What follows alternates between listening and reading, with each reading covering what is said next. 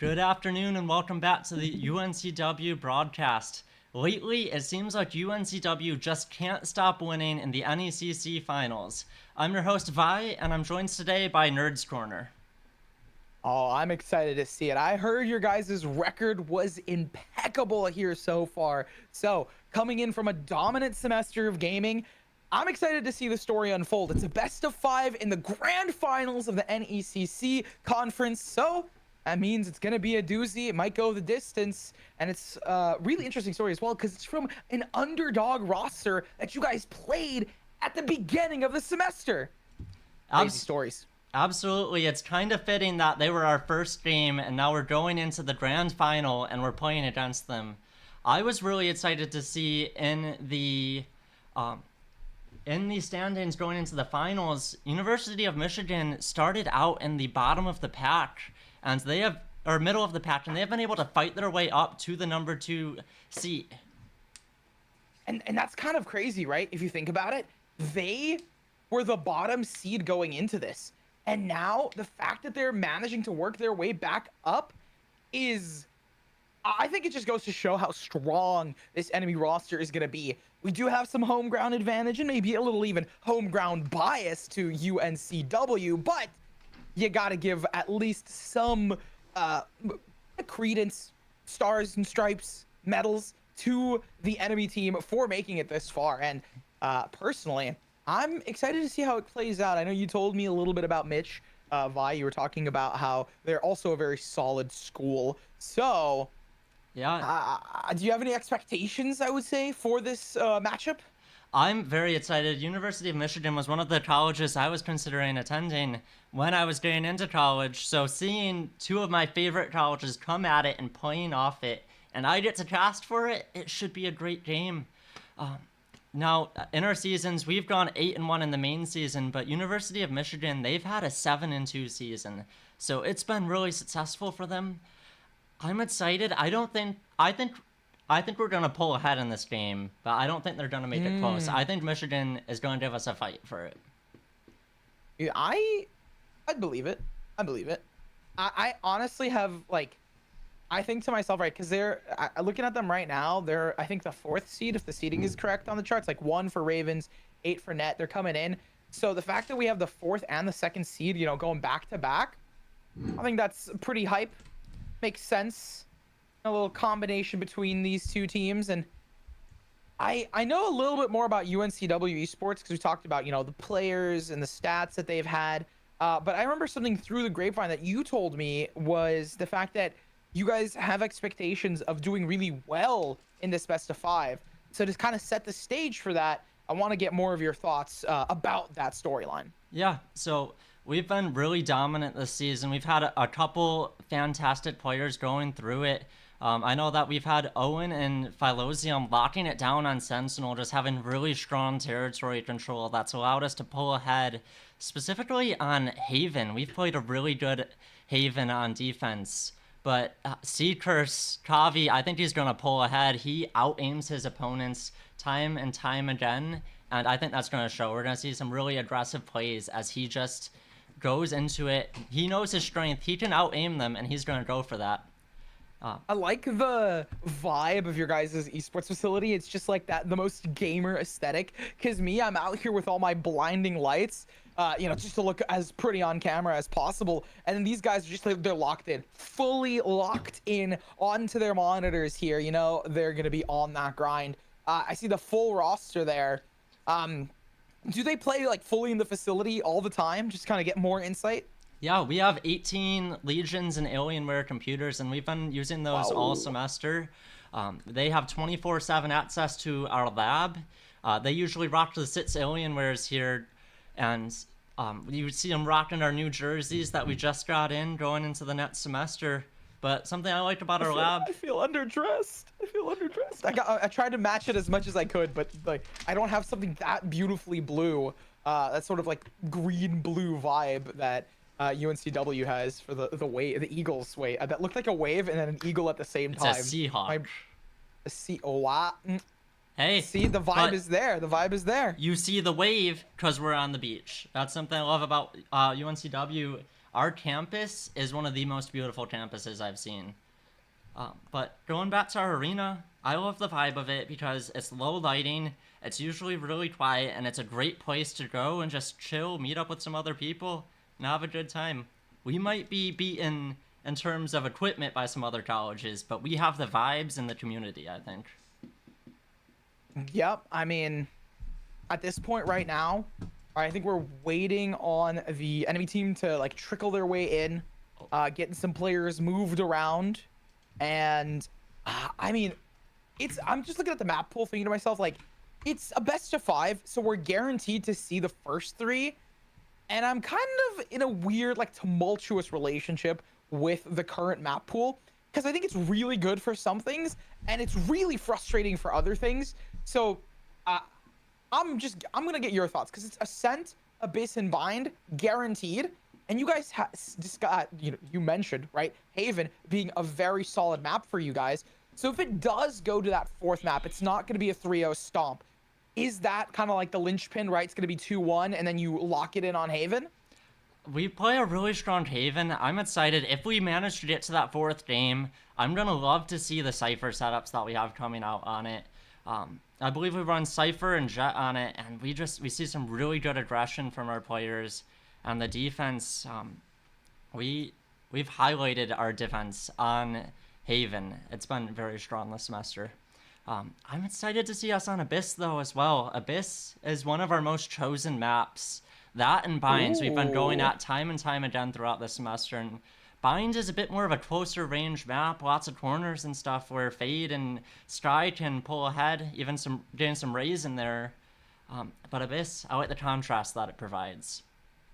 I mean, I'm not a fan of Bind. I've made my opinions known time and time again in the sphere of Valorant. I think we even played together, Vi, and I was like, I'm not a fan of Bind because the mid rotations, they feel wacky. They feel really difficult. In organized play, sometimes it's just brilliant and teams are really good at coordinating on it. And sometimes it's just like, it's Bind. You're in a bind. 3 weeks ago, we had a round where we started going towards A site, and we rotated through teleporter to B, and then went through the teleporter again back to A, and then back to B, I think it was. And that's something... ring around the rosy here. Yeah, it was wild to watch because just when I thought they were out of rotates, they hit it again. And with Binds, I really like how easy it is to go from one site to the other. That teleporter that you have on Binds really allows for some quick rotations and some interesting split pushes. I like the joke. You know what they say? What's funnier than one rotate? Another rotate into another rotate. We're getting the other team in here, so I'm kind of like looking at this roster, especially the enemy, because they are, right, this is a home game. We know a little bit more about one team, so we do need to kind of give some sort of like, hey, this other team is also very strong. Right, I think their JV team I believe, is either in the same... No, it's not on the same one. I apologize.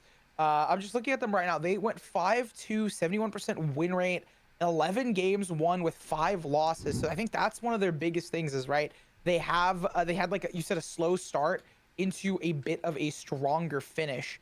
I'm trying to see their individual player stats right now. I'm gonna go digging. I'm gonna go dig a little bit on the internet. Yeah, and something I found really interesting about their team is they had 9 players on their roster. So they're able to get some subs out, and I think that might have contributed to the bit of shaking things up if they've stayed locked into one roster instead of the other. Maybe. I feel like if you could stay with a consistent core 5 that's really strong, it does provide a lot of benefits of team communication, right? I'm actually looking at your guys' game right now that you played against Flint Blue or UMich. UMich. UMich. We had a bit of a debate on if you can call any University of Michigan UMich, and the general consensus was that it is allowed. Now, I could be mistaken. I don't go to UMich, but... Well, I mean, for the side of Flint Blue, just to give them the full, like, NECC title, they did pretty well, but the thing is, they also beat Rampardo College Black. Was that the top seed? Am I... I remember us Looking. playing against them, but I don't remember how they ended up doing in It was that the match. Ravens. It was the Ravens red, actually. I'm looking at how they did against the Ravens. I can't see it here, which is a bit unfortunate, but it's funny because they played against the University of Michigan's team as well. So Flint and University of Michigan played against each other. So I always find that funny.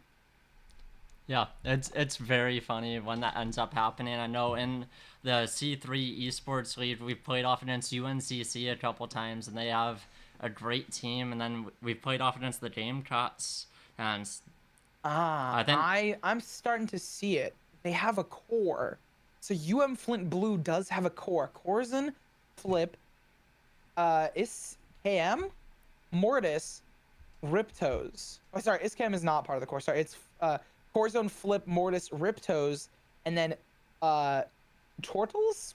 yeah. And they sub them for Night Killer, apparently. Okay, so Turtles and Night Killer is the usual sub that we're seeing from UMich.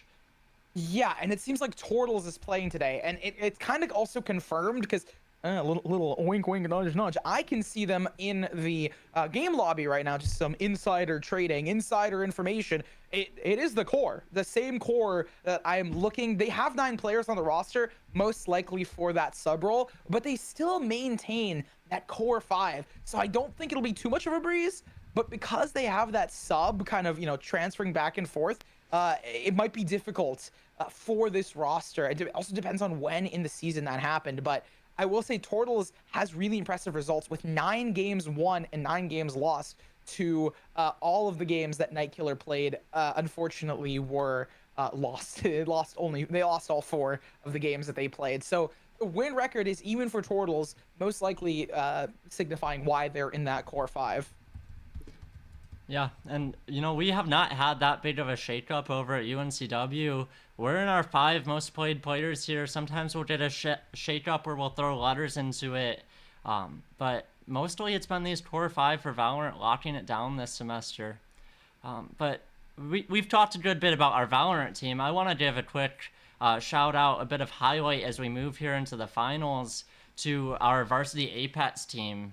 This semester the divisions were revamped, and our lineup included newcomers Spretchy and Versatile, along with the experienced pro league coach Dutch. And then the IGL is Slasher. He's the team captain as well. And while we had an underwhelming start in the preseason, the team has breezed through the open league to qualify for stage 1 playoffs. I think a dominant first place showing in the first round upper bracket semifinals, followed by 2 middling results in the upper finals and lower finals, rounded out the semester really strong, with the team finishing in 25th overall. Honestly, to make an analogy to anyone who does like regular sports, right? The off season is when you train, you do those harder matches. So then during the regular season, you can thrive. So all that preseason, them struggling to find their footing, it's natural, right? It's the part of their growth and it's a part of their story. So huge hypes to those rosters and those players. Honestly, I'm just thinking now a little bit ahead into the future, right? If someone wanted to, go to your school, what do you guys offer as well?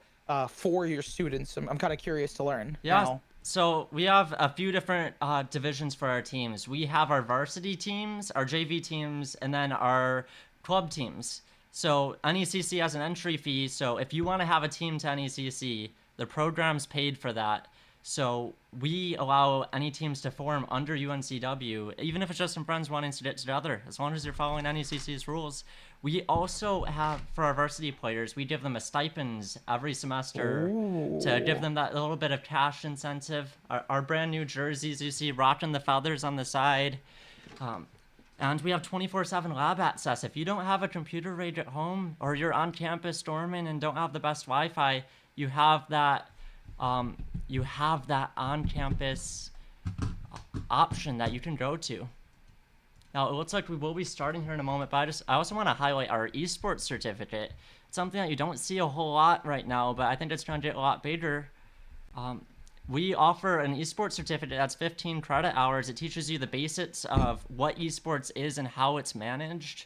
Another course is esports broadcast, but it looks like we're going in here into the agent selects. Yeah, and honestly, I remember you telling me that it is a slightly different than normal agent select for us here. So I'm just gonna pick your brain about it, right? Like, what is the key difference here? Are they? I mean, right now it looks like more or less the same. Yeah. What was the key difference? I guess past tense. So this game, the one that I'm really eyeing up is Phylosium locking into KJ off the bat. We have not played a lot of Ascent this semester, but I have not seen KJ at all. I know we've locked it down in Cypher in the past, but I think this is a brand new pick. I mean, with the Cypher changes, I can understand it, right? KJ has still been the dominant force on Ascent time and time again, and I'm so happy Ascent is getting removed from the map pool. Now, if they could just get rid of Bind, I think I would be, a happy camper. But I know I see Vi's already like, oh, what do you mean, Bind? See, I don't have good takes on maps because 1.0 Pearl was one of my favorite maps. With the reworks, it's probably better, but I loved Pearl off the bat. One of my favorite 1.0 maps. Pearl was a spam heavy B. Oh my, it's still a cringe B setup, as Mimi loves to call it, right? One of the casters for VCT. She always says, right, it is a cringe post plant setup where you're just sitting from backside and spamming. And that's what Ascent is really good at, is that it has a mix of that as well as the counterplay of like, you can be on the site. It's a little different, right? It's harder on Ascent to just like sit back, like long B.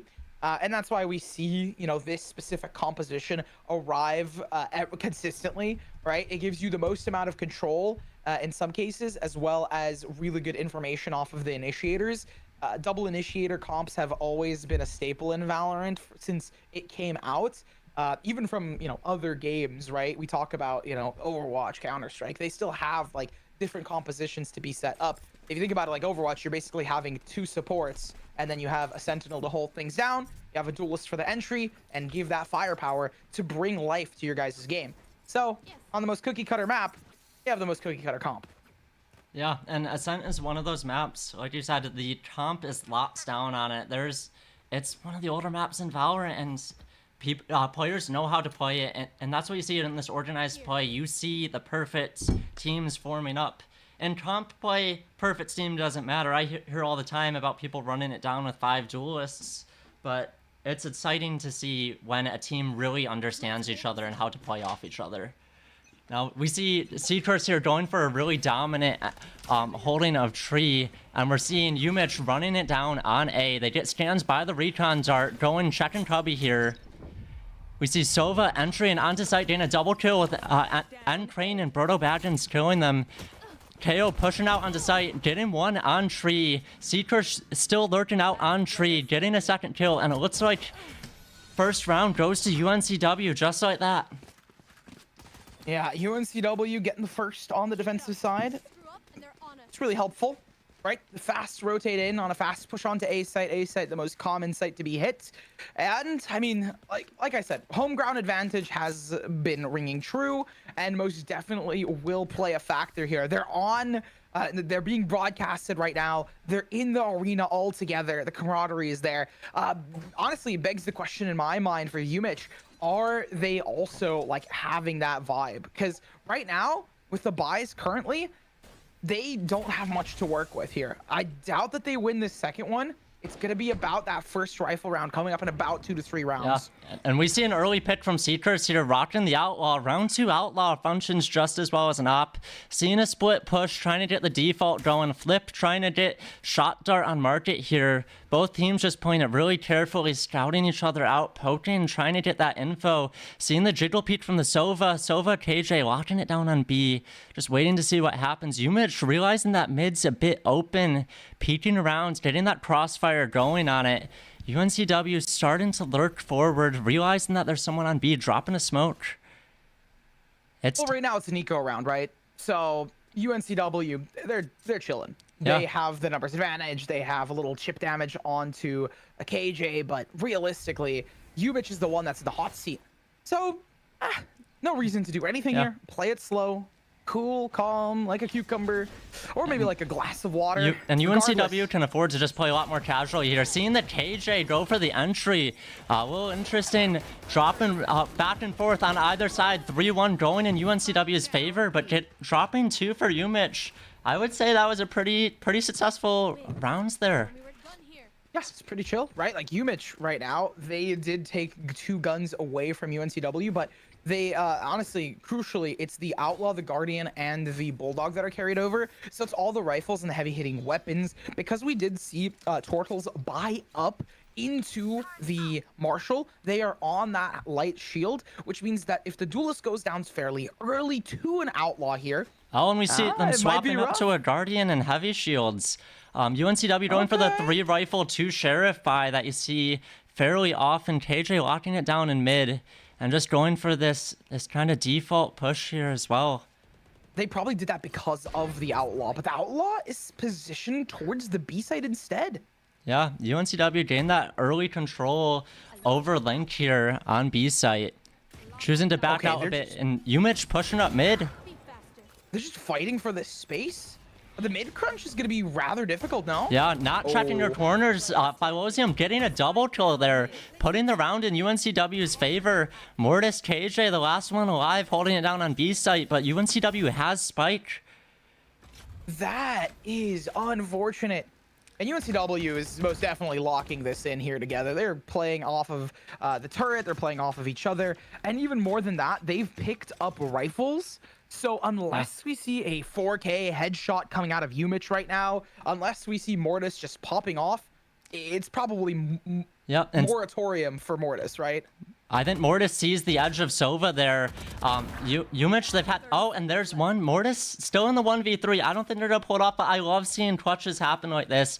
I've seen some interesting plays from UMich so far, though, with the KJ entering there and not checking your corners. Just some alarming stuff early on, but UNCW playing very safe here, seeing that there's one on right, peeking it, and then UNCW getting the crossfire, securing the 3rd rounds. Makes sense, right? You have a player playing on the spike while the rest is on the crossfire. This 3rd round not picked up, so the bonus was grabbed by UNCW is huge for them, especially because of the fact that, you know, the ultimates are staggering in their favor. The economy is as well. It should be a 4-0. If we don't see, you know, within a couple of rounds, a victory from UMich, I expect a timeout round 6, round 5, around there, just to kind of revamp their style. But a very solid defense and even cleaner retakes into space, right? If they lose some space, UNCW is able to just grab it back rather quickly. Mortis going for the lineup. We see a really strong B push here, trying to get it down. Dane stands by the recon dart and a triple kill there. Owen getting the wall banged off his recon dart. And then it's a 5v2 in UNCW's favor. I think you were right about a timeout coming here. In the next 2 rounds, UMich has to shake things up a little bit. More specifically, I feel like in the next round, if something doesn't happen, it's just going to be kaput. They're on an eco, so makes sense. Yeah. Secure is just running in there.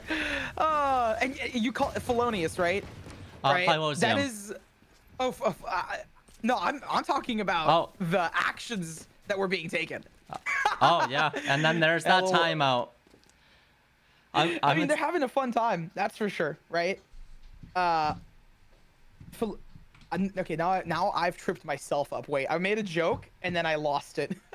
But these guys haven't lost it just yet. Oh, my camera's way down here. Hello, I have a standing desk. Hi. I could do a little hand cam here. But realistically, during this timeout, they're gonna be discussing some of the gaps that we've been seeing. One of the major gaps that we've seen so far, at least I have noticed, is the fact that they're kind of barreling themselves down into one area. And when they did default, they did do a good job of finding early picks, but they haven't been able to win out in numbers advantages. Being able to find the first pick is great, but getting the trade and then being consistent off of it is something that they're kind of missing on for the side of UMich. They're on the attacking side, so they're gonna be at a disadvantage regardless of how they push. It's a matter of finding that advantage and wiggling your way through. Yeah, and it seems like they're getting choked out by utility and not able to get that entry unless they're forced to by a Molly. But I'm excited to see what changes up here, what they need to change. I've also seen some really interesting entries so far, so I'm wondering if they will be adjusting that here going into the 5th round. Now, this is a full buy from both teams. You see Mortis going for the light armor. KJ's kit is just a little bit expensive. Owen still locking down on the Odin. That's tripped me up a couple times. A little bit of a tongue twister here. Going for the early one-way. The Owen on Odin, yeah. I love it. Ooh, immediately. Citrus getting that pitch on mid. Corazon getting that trade though. Then both teams backing off mid a little bit. KJ locking it down, getting that peek. And we see Turtles and NCrane going at it, both missing their shots here. But Turtles has the advantage. 3 people there, much more likely to get that trade. NCrane backing off the tree, taking generator control. UMich has solid control of the site so far. UNCW trying to push up from heaven. See a missed molly from their UMich's KJ. I like the play that UMich has done here, right? They're not going to plant just yet. They're getting into post-plant positions before they go for those fights. Yeah. There is a really big ultimate, though, on the board, an ult command to slow down any utility UMich has. I think that could easily give UNCW the edge this round, and just like that, it's a 2v3 in the favor of UMich, and I think UMich is going to take their first round here. Oh my god, and the 3K from NCrane to secure the rounds. Call that a caster curse. That has got to be devastating, especially all things considered. You have the players looking towards heaven. You believe, all right, they're going to pop this KO ultimate, right? Even us as the commentators, right? Yeah. You would expect a 5-man rush. You pop out flood heaven. You expected it to go sour, but they worked their way into tree. In that one moment, NCrane was able to take advantage of this, leaving donuts on the board for UMich. And they took a timeout to rethink their strategy. They had the numbers, they had the advantages going into this default, which I am gonna praise because that was a smart play. They've been kind of 5-stacking into areas and losing. So now they've used a timeout for the half already. They have ultimates, but they're going up against UNCW, who's hot and ready to take them down. Yeah, and we see Jet going for the eco, using Blade Storm here. UMich gained really strong control of mid, pushing up Cat. Seekers peeking and not quite getting the kill off here. A little aggro. Yeah, that's what we see with Seekers. UMich going, pushing forward to tree here, trying to get that A site. I'm curious to see if UMich is going to go for that really slow execute onto site again, or they get that really secure bomb plant down. Usually you see people go straight for the plant and then door, but it was interesting seeing that shake up. Owen getting the kill here, making it an even 4-4 split. Brodo putting it back in UNCW's favor, seeing the KO ultimate going in the UMich here. Things have shaken up really fast. I mean, they played a little too slow because they got the numbers advantage within that one moment, and they were debating whether to go towards a specific site or rotate or fake off of it. And because of that sort of uncertainty in the moment, it allowed UNCW to, you know, like I said previously, they wiggled their way in. And realistically, they're on the defensive side, so they don't need to wiggle that much. What they need to do is just poke out an elbow and boom, your opponent has fallen onto the ground. What surprised me right there is we saw 2 ults invested. We saw Blade Storm and an Ultraman's coming online, and UMich still was not able to secure the rounds. Those are 2 really strong ultimates. And I mean, we have Hunter's Fury coming up in Lockdown, but losing 2 ults there and not securing the rounds really rough. Are they just spam? They're just doing this nasty, really annoying spam here, and they have an op. So they have 2 heavy hitters dedicated to this hold. I find that quite comical, but more than that, I find it funny that there's a 5-stack of players, right? Covering every angle, while we have 4 towards B. And Omen is just holding the position into A, while UNCW has not given any room out. And I'm happy that they haven't peeked out early within these past 45 seconds because they are waiting for UMich to make that mistake, make that move. UMich is, yeah, like you said, UMich is playing it super passively right now, and they're just trying to get that space. Seekers getting the op kill in main, seeing bomb down. They see that's a B push here. You see some rotating over, possibly through mid for NCrane. About to have some engagements there. Seekers playing super aggressively, holding down that, but the KJ's gotten spiked and has retreated off to mid, but UMich is getting pincered here. NCrane getting fast readjustment. Yeah, it's beautiful. It's beautiful. It's just the way that UNCW plays here, leaving just 1 down into the count. They know where Corazon is. They're just gonna spam them through. And I just like the small micro adjustment NCrane did there in the moment, because they were looking towards mid to try and contest it in case someone walked up, and immediately off the comms, I don't know if it was off the comms, but just off of the spam more specifically, they adjusted into that. 7-0. pretty sure you only get 1 timeout per half, if I'm not mistaken. So this is kind of cooked for UMich because they took their timeout early, which is great. That's what you're supposed to do. But then we just had an incredible clutch. So the mental, the momentum, the ultimates, the pressure, everything is building for UNCW right now. They had that chance to reset, and then NCrane getting that quick triple kill there, securing the rounds. We see some entry from UMich's Jet here pushing up, smoking off Seahawks. UMich fighting for mid control, 2 people. They're checking that corner this time. They remember that KJ kill from Phylosium. Seahawks getting a kill with Bladestorm here as UMich is getting caught up in this choke point yet again. Just getting util dumped. Look at where Phylosium is tucked in. I don't think they saw him as they were getting ready to push there, and UNCW is still holding site pretty well. And it's a 3v1. Seahawks getting that 3K securing the rounds. 3v none. 0 on the board still for Mitch. Yes. Michigan needing to dig deep within their heels. It's probably chilly, but needs to be a little less silly. Talking about felonious stuff. I keep messing myself up with the names. Oh, But regardless, right? Huh? You're completely okay. We have had some wild names on UNCW's roster.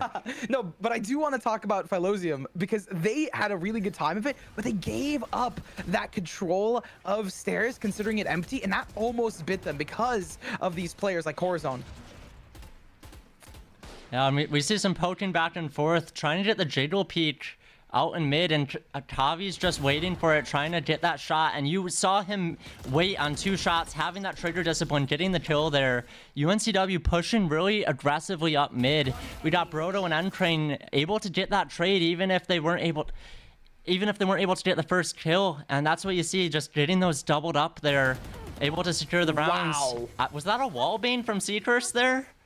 No, I saw that wasn't even an assist. That was just an immediate kill by Phylosium. I saw him drop from, I think, full to about like 10 health or so.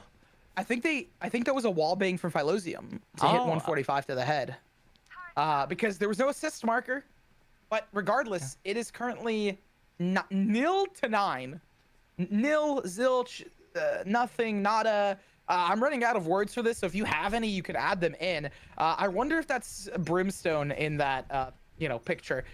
Regardless, ultimates stacked up for UNCW, and this is such a short story to tell, because UNCW is just dominating, tearing through right now on the defensive side. Yeah, and you see the 9-3 curse, but not quite the 9-0 curse here. UNCW holding it down. They have the alt advantage here, 9-0. They are overflowing with credits, not finding things to purchase with them. You see UMich going for A site. They had a bit of success with A site, nearly taking 1 round, but they have not been able to find much territory since then. You see the KJ defaulting, looking for a little bit of info there on C curse, but backing up, tossing a molly. And it's Sova standing out in mid here using the drone. And then you see the execute from UMich going immediately to door, closing it off. They have generator control. UNCW backing off of heaven. I mean, you have the ultimate going down. There is that rock, paper, scissors with the Hunter's Fury, but...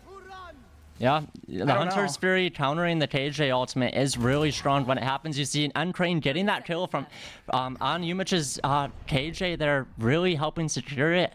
You know, the Sentinel holding down sight when you have it, and we see Brodo dropping 2 in hell, getting that trade back and forth in either team's favor there, and then it is a 3v1, and just there, Omen is left alive. Oh man, Owen's gonna grab it near the end, and there it is. The big number, double digits attained for UNCW, who currently, I mean, they are just dominating, but you saw, like, UMich used some ultimates to counter, to try and play into it. They have some of their own ultimates.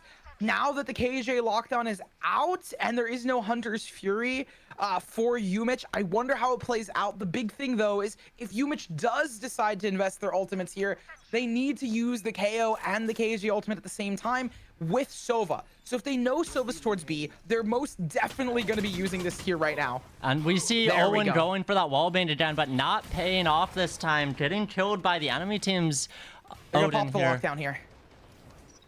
Yeah, they have full site control here.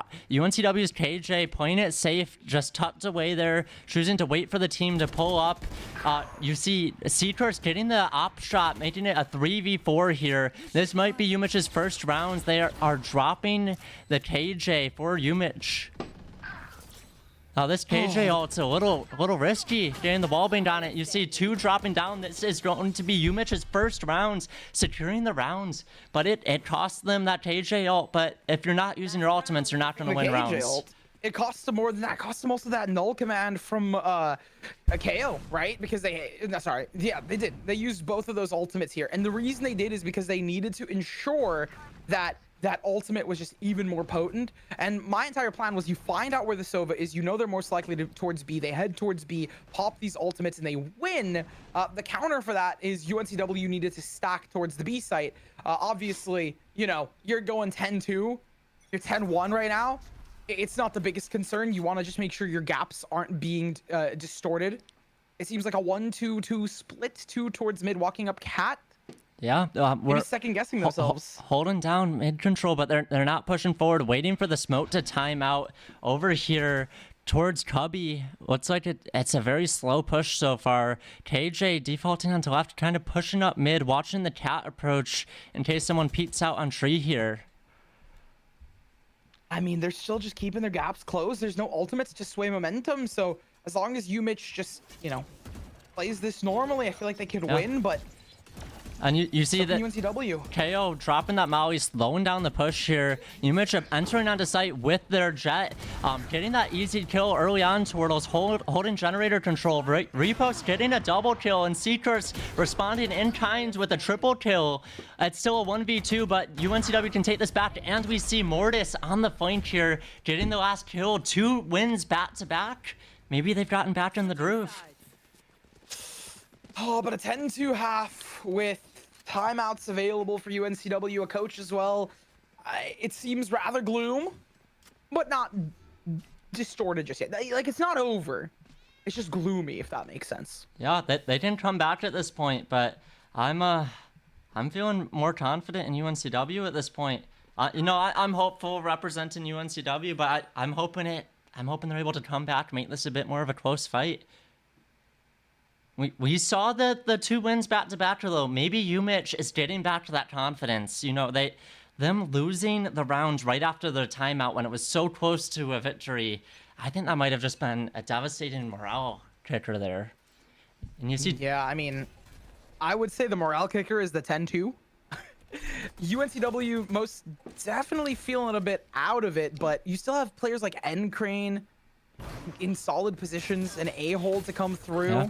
I like that it's an A split rather than an A barrel stuffed down into main. I agree. We're going, taking strong tree control and then giving it up just as quickly. UMich pushing forward, getting the Owen getting the kill, and then Mortis getting the trade off of it. UNCW has spiked down on generator here, going for the default plant, getting a Seeker's getting a kill, and then we keep seeing these trades happen back and forth. If you can't get the kill yourself, you want to die where you can be traded.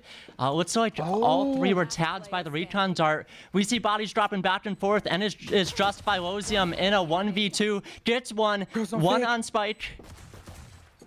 Needs to reload. Just gotta play time as well. Util out, not getting killed, and then being dropped here, not able to pull off the 1v2. Not the util mid gunfight. That's unfortunate. Oh, no. And the timing working out in UMich's favor. This should start their at least a little bit of a ball, right? They had 3 in a row if you consider the previous round. They just got a defuse, so the economy is going to stagnate in their favor, start rolling in their favor, but it's stagnating for the side of UNCW. And we see, and that's a huge, like, it's unfortunate. It's just a 1v1, so you can't be like super discouraging of it, but at the same time, Having if the this carries util out. on into the next couple of rounds, then it could become a problem. The util out is what killed me. We saw 2 Ares from UMich for a moment, and I was surprised to see that. You don't see Ares a whole lot. And we're seeing the same KJ peeking for info on B. And Dana Till in mid, Seekers getting that headshot, out-aiming Turtles here. Pushing things in UNCW's favor. And honestly, putting that Marshall up onto them is super important. You're going for that classic Paper X, light buy into that. Mortis now needs to fill in that gap. It's going to apply a decent chunk of pressure into them. UMich going for more mid control and A control, leaving B a little bit open, seeing that they might be pushing on B. UNCW seeing the smoke drop from Omen here, choosing to back off, play a little bit more passively with that dark cover up for about another 10 seconds. Seekers holding down middle still with that. Just waiting for an exec, right?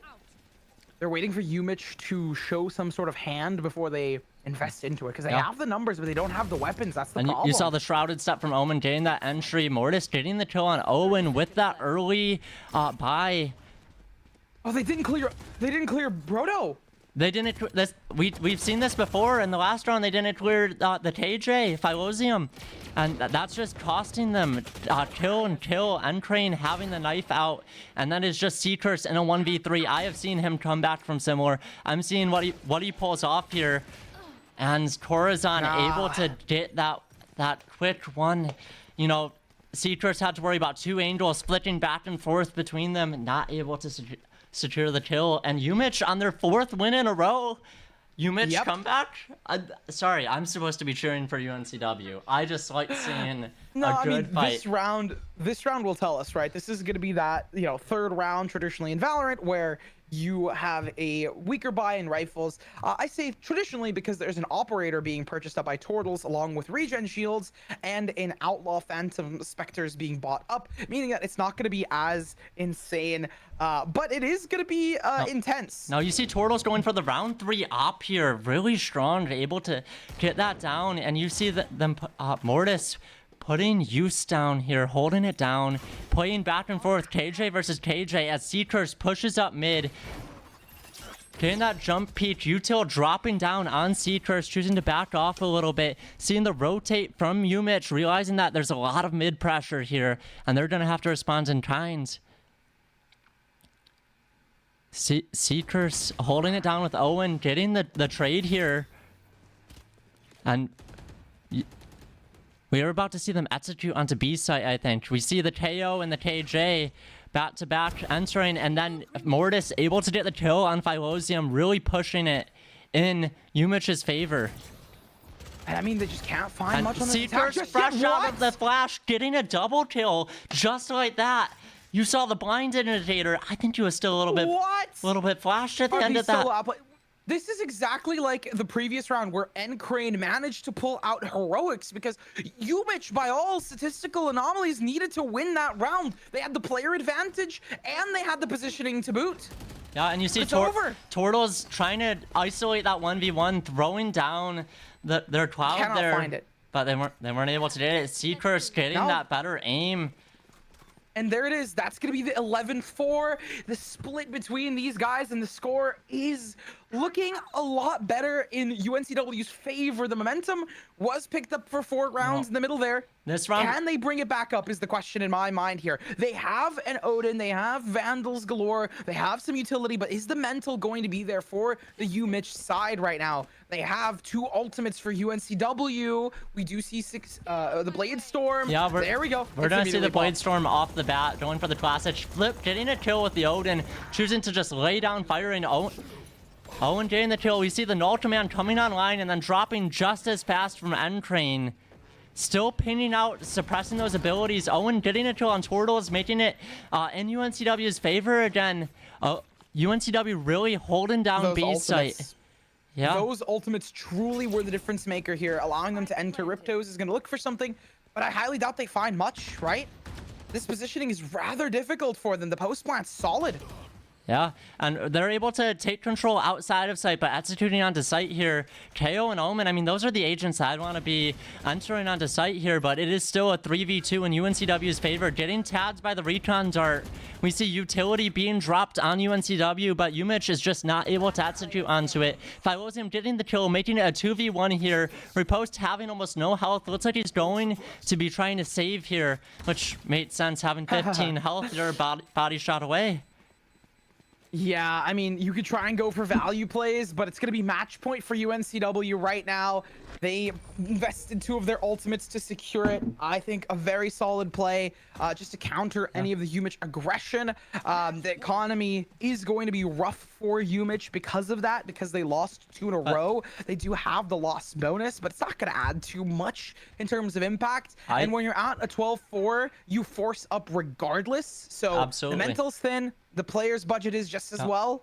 And in my mind, I feel like this is a lock for UNCW, at least for the first game. I want to highlight Owen right here. He's about to get his ultimate online, and we've just seen some really good utility usage here, allowing UNCW to rotate more quickly. But I think the Hunter's Fury is going to be really, really important for UNCW to take this last round. Seeing Flip drop it off the bat, choosing not to save it, and then getting killed with the first bolt from it. 3v4, UNCW falling a little bit behind. Corazon just getting triple peats there, losing the one with the Sheriff. And we see Repost trying to enter onto site, and, you know, we just had coverage, able to get those 2v1s, securing kills, kill assist, survive, trade. You know, if you're not getting the kill, you want your teammates to be getting the kill.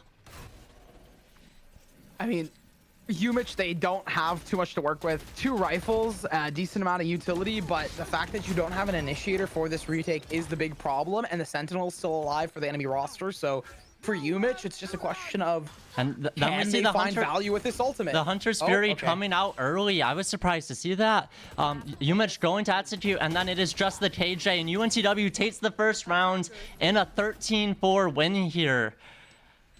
Yeah, I mean, that if that doesn't set a standard for the rest of this game, then I don't know what will. I remember you, Vivian, were talking about, like, the fact that this team, like, you believe are going to dominate, and I feel like that prediction sort of came true, especially in this game right now. We see, I just want to note how different it is, because it's just everyone's at the top, and you have Brodobaggins at the very bottom, just playing smokes. 10 deaths. They died 10 times.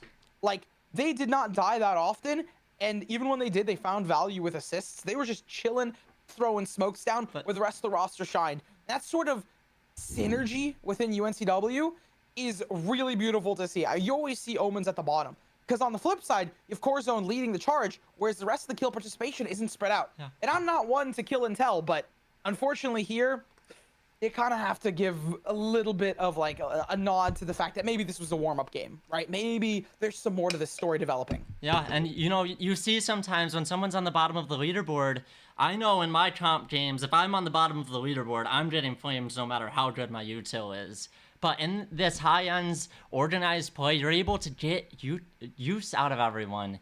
And even if you're not top fragging, like comp encourages, getting more kills gets you more RR, you get a lot of use out of that util in organized play. Now, something I want to highlight, Seekers getting those 7 first bloods. I told you he was going to play aggressive, and we see that.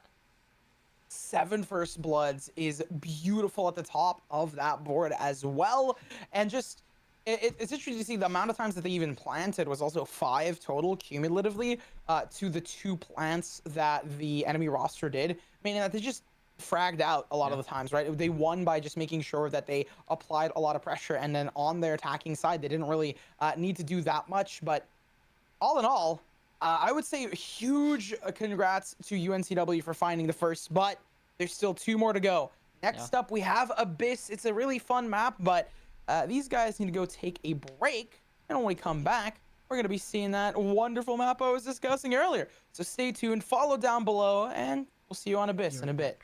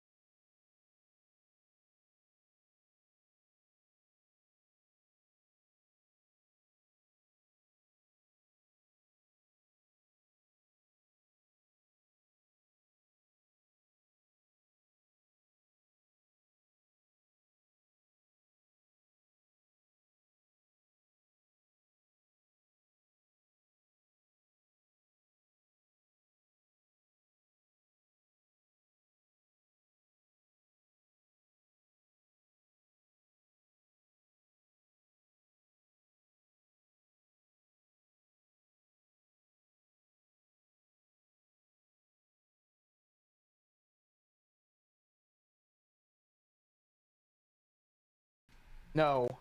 No. Uh, Uh, 60 seconds. You think we can go over the NCrane thing?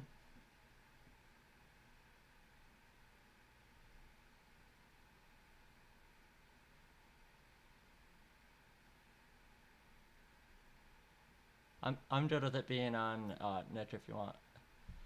I trust him. I would tell Crane to give lobby leader to one of the who's Skydagger. I don't know who Stridactor is. Not one of my people.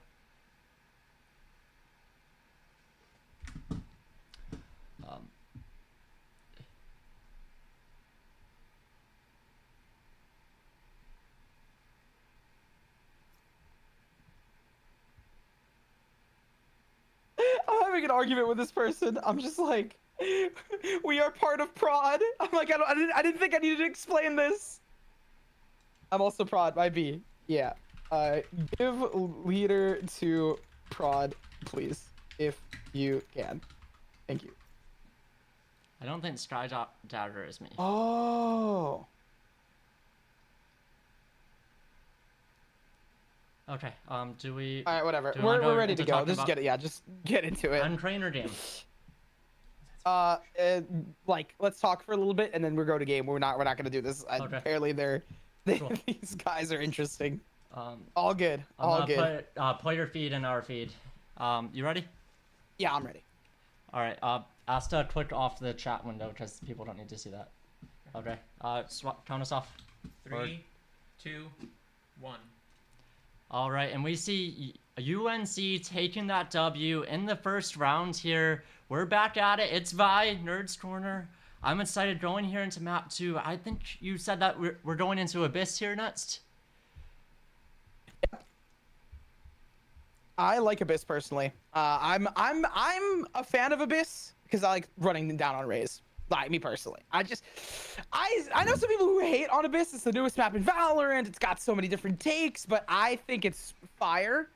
And so as we load into it, as we get in it, I am looking to see who's going to be playing Raze. I feel like, obviously we saw Secures playing Raze, Turtles potentially, right? The duelist players. That is probably where my head is at in terms of how this map plays out. And our actual traditional comp utilizes Jet. You get really good control on the middle of site because there's those elevated positions. We also we use Astra. This is Astra's map, locking it down, and we use KO as well. So we have an interesting comp for it. We've stayed pretty consistent throughout the semester, but this is one of our preferred maps. We have locked it down. Yeah, I mean, you talked about it's one of the maps that you guys pick. So I feel like it'll be a pretty solid 2-0. It's the question of that third map. Is Bind going to be easy for you guys? Is Abyss going to be easy? We still don't know, but it's just a matter of like how it kind of coordinates and works together. Yeah. I personally don't know much else about your team. I mean, Cypher's still really powerful on this. Do you guys play Cypher on Abyss? I'm not sure on Cypher. That's one of the ones that I'm just not able to remember. It's been a busy semester, multiple teams for us, but I'm excited to see how things shake out. Like I said, Seeker's going for that really aggressive territory control in the middle of site, and NCrane usually rocking down, holding that B site control. And, Abyss, even if we have this lead so far, it's so easy to get overconfident in the second round and then start slipping up. I think we might go to game 4, even with the really a strong start. I'm wondering if it's going to get to UNCW's head and they're not going to take it as seriously.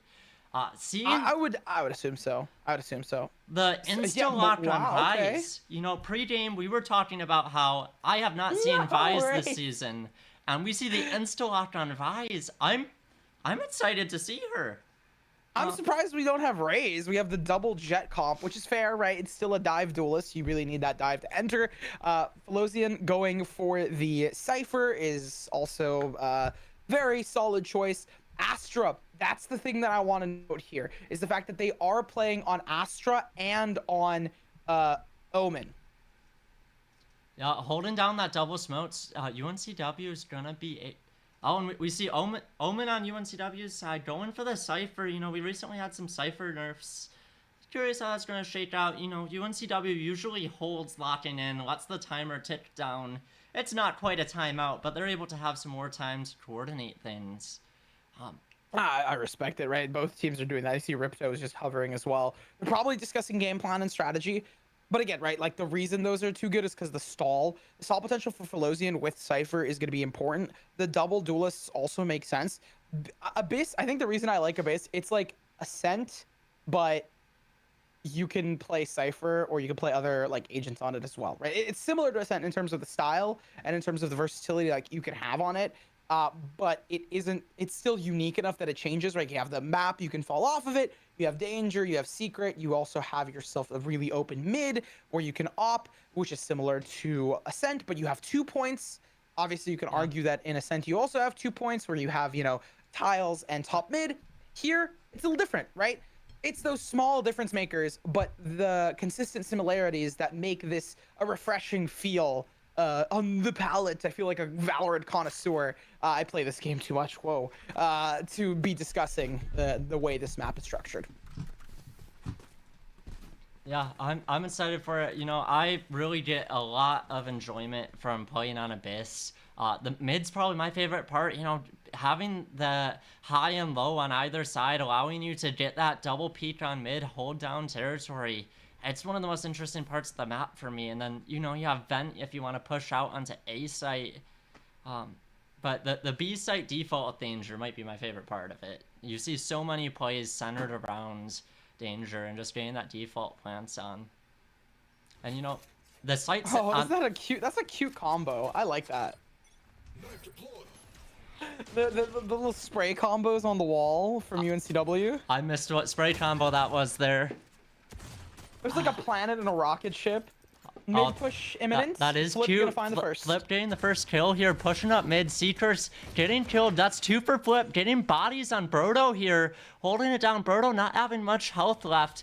UNCW losing that mid control, and you see NCrane looping back around, going more towards on an A push here, pushing it up main as Brodo is just locked down near library.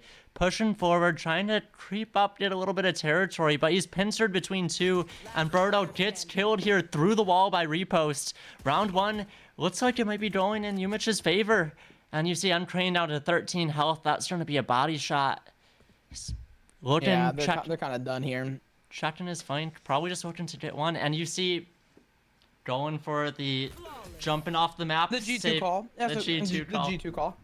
See, I didn't know if it was hip to still call it the G2 call. It's been a moment. Dude, listen, with game changers happening, and I think the funniest memes, my favorite one was, if your brother jumped off a bridge, would you join him? And then it's just the G2 rosters just jumping off.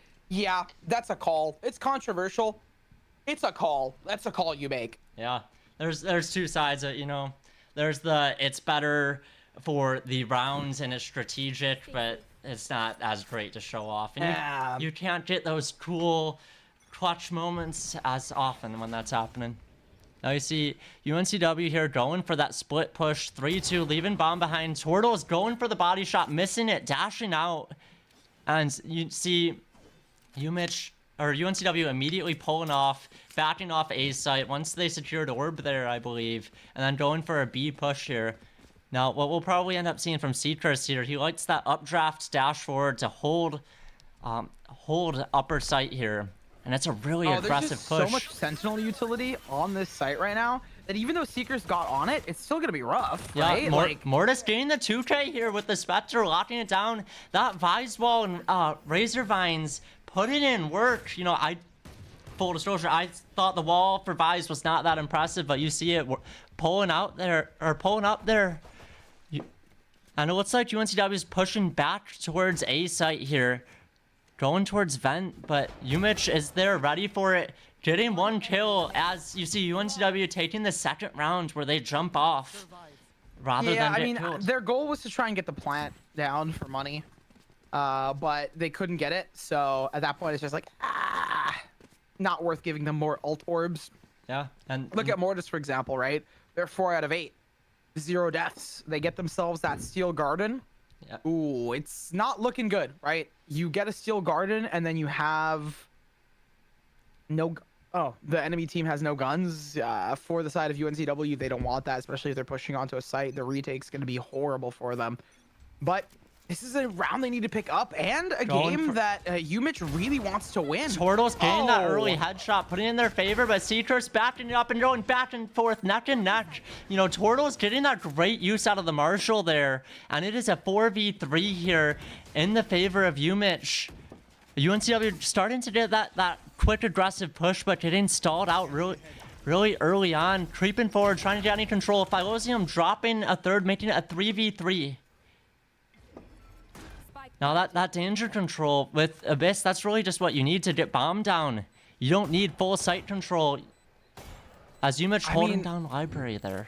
That's going to be the rough part, right? Because they don't have full site control and UMich has that Astra, it could be rough. No more Astra, though, to contend with. Oh, Phylosium getting 3 there, choosing to back up, play his life a bit better. You know, UNCW can play more passively here now that they have the advantage. And then Owen getting the kill through the wallbane there, leading to UNCW's first W of the round. Yeah, they, made the G2 call previously. It's a rough buy, the first rifle between these two teams, and Phylosium rising to the top of the ranks right now. They're 3 away from an ultimate of their own. Now we see an Ultraman. I see an operator. Yeah, coming out for Turtles. They were saving for this operator. Regen shields and an op. It's posted up towards the B site. Just some Astra utility. Oh, this could be deadly. More than deadly? Oh, thank God. Yeah, Turtles going for that really aggressive play at first, backing it up. You know, they were deadly with the Marshall, and we see them not quite get the kill on Seahawks here, choosing to back up and maybe regroup on high ground. Seahawks getting that really aggressive heaven control and just losing the one there, but UNCW is on site. They've got good control of it. We see UMich rotating around back. UNCW holding it down. They got the plant down for it. I'm excited to see They might have traded the player's life, but they got the plant. They got the plant for sure. And you see Repost getting that kill. It's a 5v3 in UMich's favor. I think this might be their rounds. That op holding it down. 1 on site, 1 playing util back up. Repost getting the kill, going back and forth, neck and neck, and UMich taking the rounds, just getting those trades off. Solid retake coming out from the side of UMich, who seem to be pressuring UNCW. I wouldn't be surprised if after this round, like this round's going to be an eco, right? The next round after that, they're going to buy up into it. If they don't win that next round, if we're currently going into 4, 5, 6 round 6, 7, we should be seeing a timeout coming out from UNCW. I've been known to predict really good timeouts for some reason, so hopefully I could be on point here yet again. But regardless of that call, look at what UNCW has in their pockets. Nothing. No loose chains, not a penny to their name. This is an eco round through and through. If they can't find a gun, I feel like either the G2 call is going to come through, or if they can't get a plant, it'll be even worse. And there's that early pick on NCrane. I think that was a headshot. That was a headshot. You know, used to that Marshall, getting the ego headshot there. I'm losing Ultramans, you know. You said it. This is an eco. Man, this round. Yeah, they're not gonna pop it on the eco, but you know, going back and forth, UNCW might have a chance to pick up a rifle here in mid. You know, 4v2 going in UMich's favor. Not surprising, and they're gonna be able to close out the rounds. Yep. There was a moment there where I got excited. UNCW gained that kill in middle. Once you secure that rifle, when you're on an eco, your odds go way up, but it went how I thought that it was going to end up going in the ends. UMich pulling that W. Now, UNCW, their only win so far was on UMich's eco. So UMich was down rifles. I'm worried that I called it with UNCW just getting a bit too confident going into map 2. I would hope not. Realistically, right now they're just defaulting here for UNCW on the attacking side here, and the gaps haven't really been exploited as much. They haven't really been winning the first bloods, and that's the thing is, right, UMich isn't really pushing out as well. It's the same thing that happened on Ascent with UMich, where it's like you're just trying to create outplay scenarios and farming alt orbs. You need to poke and prod until you can get yourself a pick early and then exec onto a site, or just have a really polished execute to try and counter this team, which is quite difficult to call on especially if you guys already lost a couple players and lost some of that momentum. And then you see the Ultraman come online, the Vise Shear cutting UNCW in half, really completely stalling out that push, giving UMich time to rotate over, taking that danger plant time and time again. Oh, they're gonna try and play a spam post plant, but Secur's getting the first is huge for them. Owen going down is bad. That's no shock darts for the post plant. They're just gonna be relying off the KO fragment, no? Yeah, you know, the shot darts are one of the big things for post plant here. You know, NCrane getting 4 off the bat. Phylosium and NCrane each getting 2K, going from a 4v4 to winning the round in a little over a second. I love seeing those quick executes where you go from a little bit of some time left to rounds over just like that. I mean, at this point, you just go B. Like, you default go B, because they've been winning on B site. They have not been able to crack towards the A, and that's, I feel like, the big criticism of this map being the newest in the game, is that this A crack is really difficult unless you have like a breach, right? Or you have Secures just dominate in terms of this Blade Storm. They just find themselves 2 headshots here, and boom, yeah, the site's clear. Wow. Yeah, and you see UNCW pushing forward here, trying to get that kill, and Tortles getting the kill on Seacurse and Bladestorm, really helping out UMich, getting that early advantage in the round here. UNCW pushing up danger, then going for that same plant.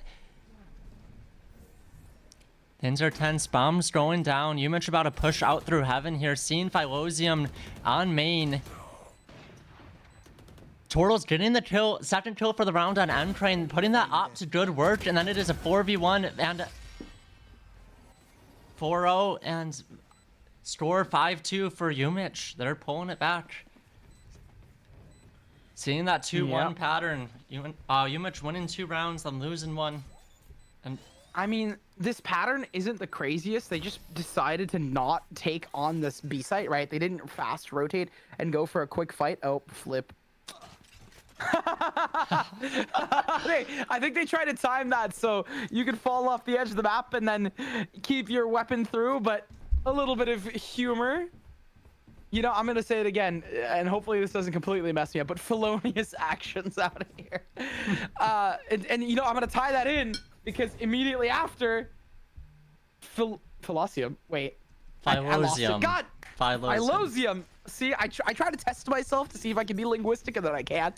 Phylosium they have the neural theft. That was the whole point I'm trying to make. That's going to be crucial for them at some point, but they haven't really exploited some of these ultimates that I would love to see them use. Seeing that updraft dash gain full site control, you know, UMich holding down heaven here on Tortles, using that op to good work. We've seen it time and time again. And repost on the flank. Owen getting the kill here. Getting 2 on the flank as UMich is just looking, trying to push out through heaven. UNCW playing for the post plant here. KO backing up. Phylosium getting a quick double, securing UNCW's 3rd round most likely. Seeing the last in heaven, Seacurse getting final kill for the round. Yeah, I mean, they finally hit towards the A site. It just, I mean, honestly, I would even say, like, oh, you just pick up 4, you know, 4-8, 5-7. That's a good half, and then you can run it from there. 2-1, 2-1, 1-2, right? So they broke into the A site, especially because they've been going B heavy, so the A site was weakened for the faster rotate. At this point, they're not going to have that happen. Instead, it's going to come through. Why is there a leaf falling into the void? That's such a weird detail for Riot Games, Dad. But yeah, fair enough. Libraries in mid. There's books there. Oh, why are we burning books? What is it? Fahrenheit 451 references? Might be. You see Seacurse getting the kill through smoke, just like that. UNCW might burning. These guys are burning these players up. Yeah, UNCW getting that early kill in mid, then just choosing to back off, play it a bit more passively. Now that they have that advantage, UMich realizing that mid's kind of open, and UNCW pushing forward, trying to get site control. And UMich popping that KO ult as a count, or UNCW popping that KO ult here. UMich grouping back up, ready for that execute, playing it a lot safer. Someone's still looking out in mid here. Now, UNCW, we see here, Brodo holding it down really close. UMich they haven't been checking their corners as well, so I'm wondering if they're not going to do it here. Brodo losing the 1v1. And we see the Vise ult coming online, the Steel Garden really helping push up UMich here. Now UNCW is playing for the post plant. They're sticking it for half. All right, now trying to dodge the Hunter's Fury coming out here. Hunter's Fury tagging one for the assist, going back and forth 2v2 here. Phylosium leaving it just one with no health the left. pros don't fake. Oh, I was about to say the pros don't fake here. Yeah. If they had stuck that bomb, I feel like if Phylosium didn't peek out there, it would have been over. And there we go. We see the chain of command broken. It was 2-1, 2-1, 1-2. We took it back from you, UNCW, bringing it back into it. Phylosium holding on to that neural theft for a little bit longer than I would have hoped, but still doesn't matter. They're getting the frags that they need to find. Puts an eco in UMich's favor. Sorry, in UMich's disadvantage, in UNCW's favor instead. No, I think right now we're gonna see an these early guys KO knife run in here. They just kill everyone. They just kill everyone here. Not getting success with that Marshall, but you know, Flip getting the double kill with the Stinger, taking advantage of that close range. That Brodo coming back with a 3K of his own with the Vandal, going back and forth, 5 kills in 5 seconds, just like that. Brodo getting the 4th. Will he get the ace here? Pushing forward, and we have a moment. Vise on the other side of the map, but that was insane. The double kill on close with Stinger into the 3K. It's the moments I love seeing in Valorant. Brodo. It's just like Flip getting the 2 there early, and the fact that it's a 3v1 now is crazy because they got the 2, but they weren't able to capitalize off the Vandals, right? They weren't able to pick them up. Mortis though still has the Sheriff in hand to find the headshots, and I like that little foam finger pointing upwards because they are going to get out of dodge, I think, here with this weapon. Rip the ace, you know, Mortis getting that kill with the Sheriff here. I think Phylosium was letting Brodo come forward, try getting the ace, and, you know, their Vise was just able to secure a rifle, play a bit more safe. 5-5, UNCW starting to pull it back. Yeah, at this point, 5-5, they brought it back. UNCW was able to get the 3 here in a row. I think they found the break, the key to unlock the chains, and they have broken free. The economy is building. The enemies are dying. Phylosium is just frying these players and making themselves a beautiful basket. But the counter right now that I have is that UMich has 3 ultimates. They have some aggression to go off of it. Hopefully we'll see it. Seeing that Feels like a Rolodex. That same A super aggressive push, and Seekers mistiming the dash, falling off the map, calling no as he falls down. That is unfortunate. That is womp womp. I guess they don't want it to be known just yet, so they're hovering as much as possible, but they fall eventually. Get that bit of advantage. 3-2. That threw me off right there. We saw the really NCrane getting 2, pulling it back 2v1 here, losing the 1 there, but Owen getting the trade there for NCrane.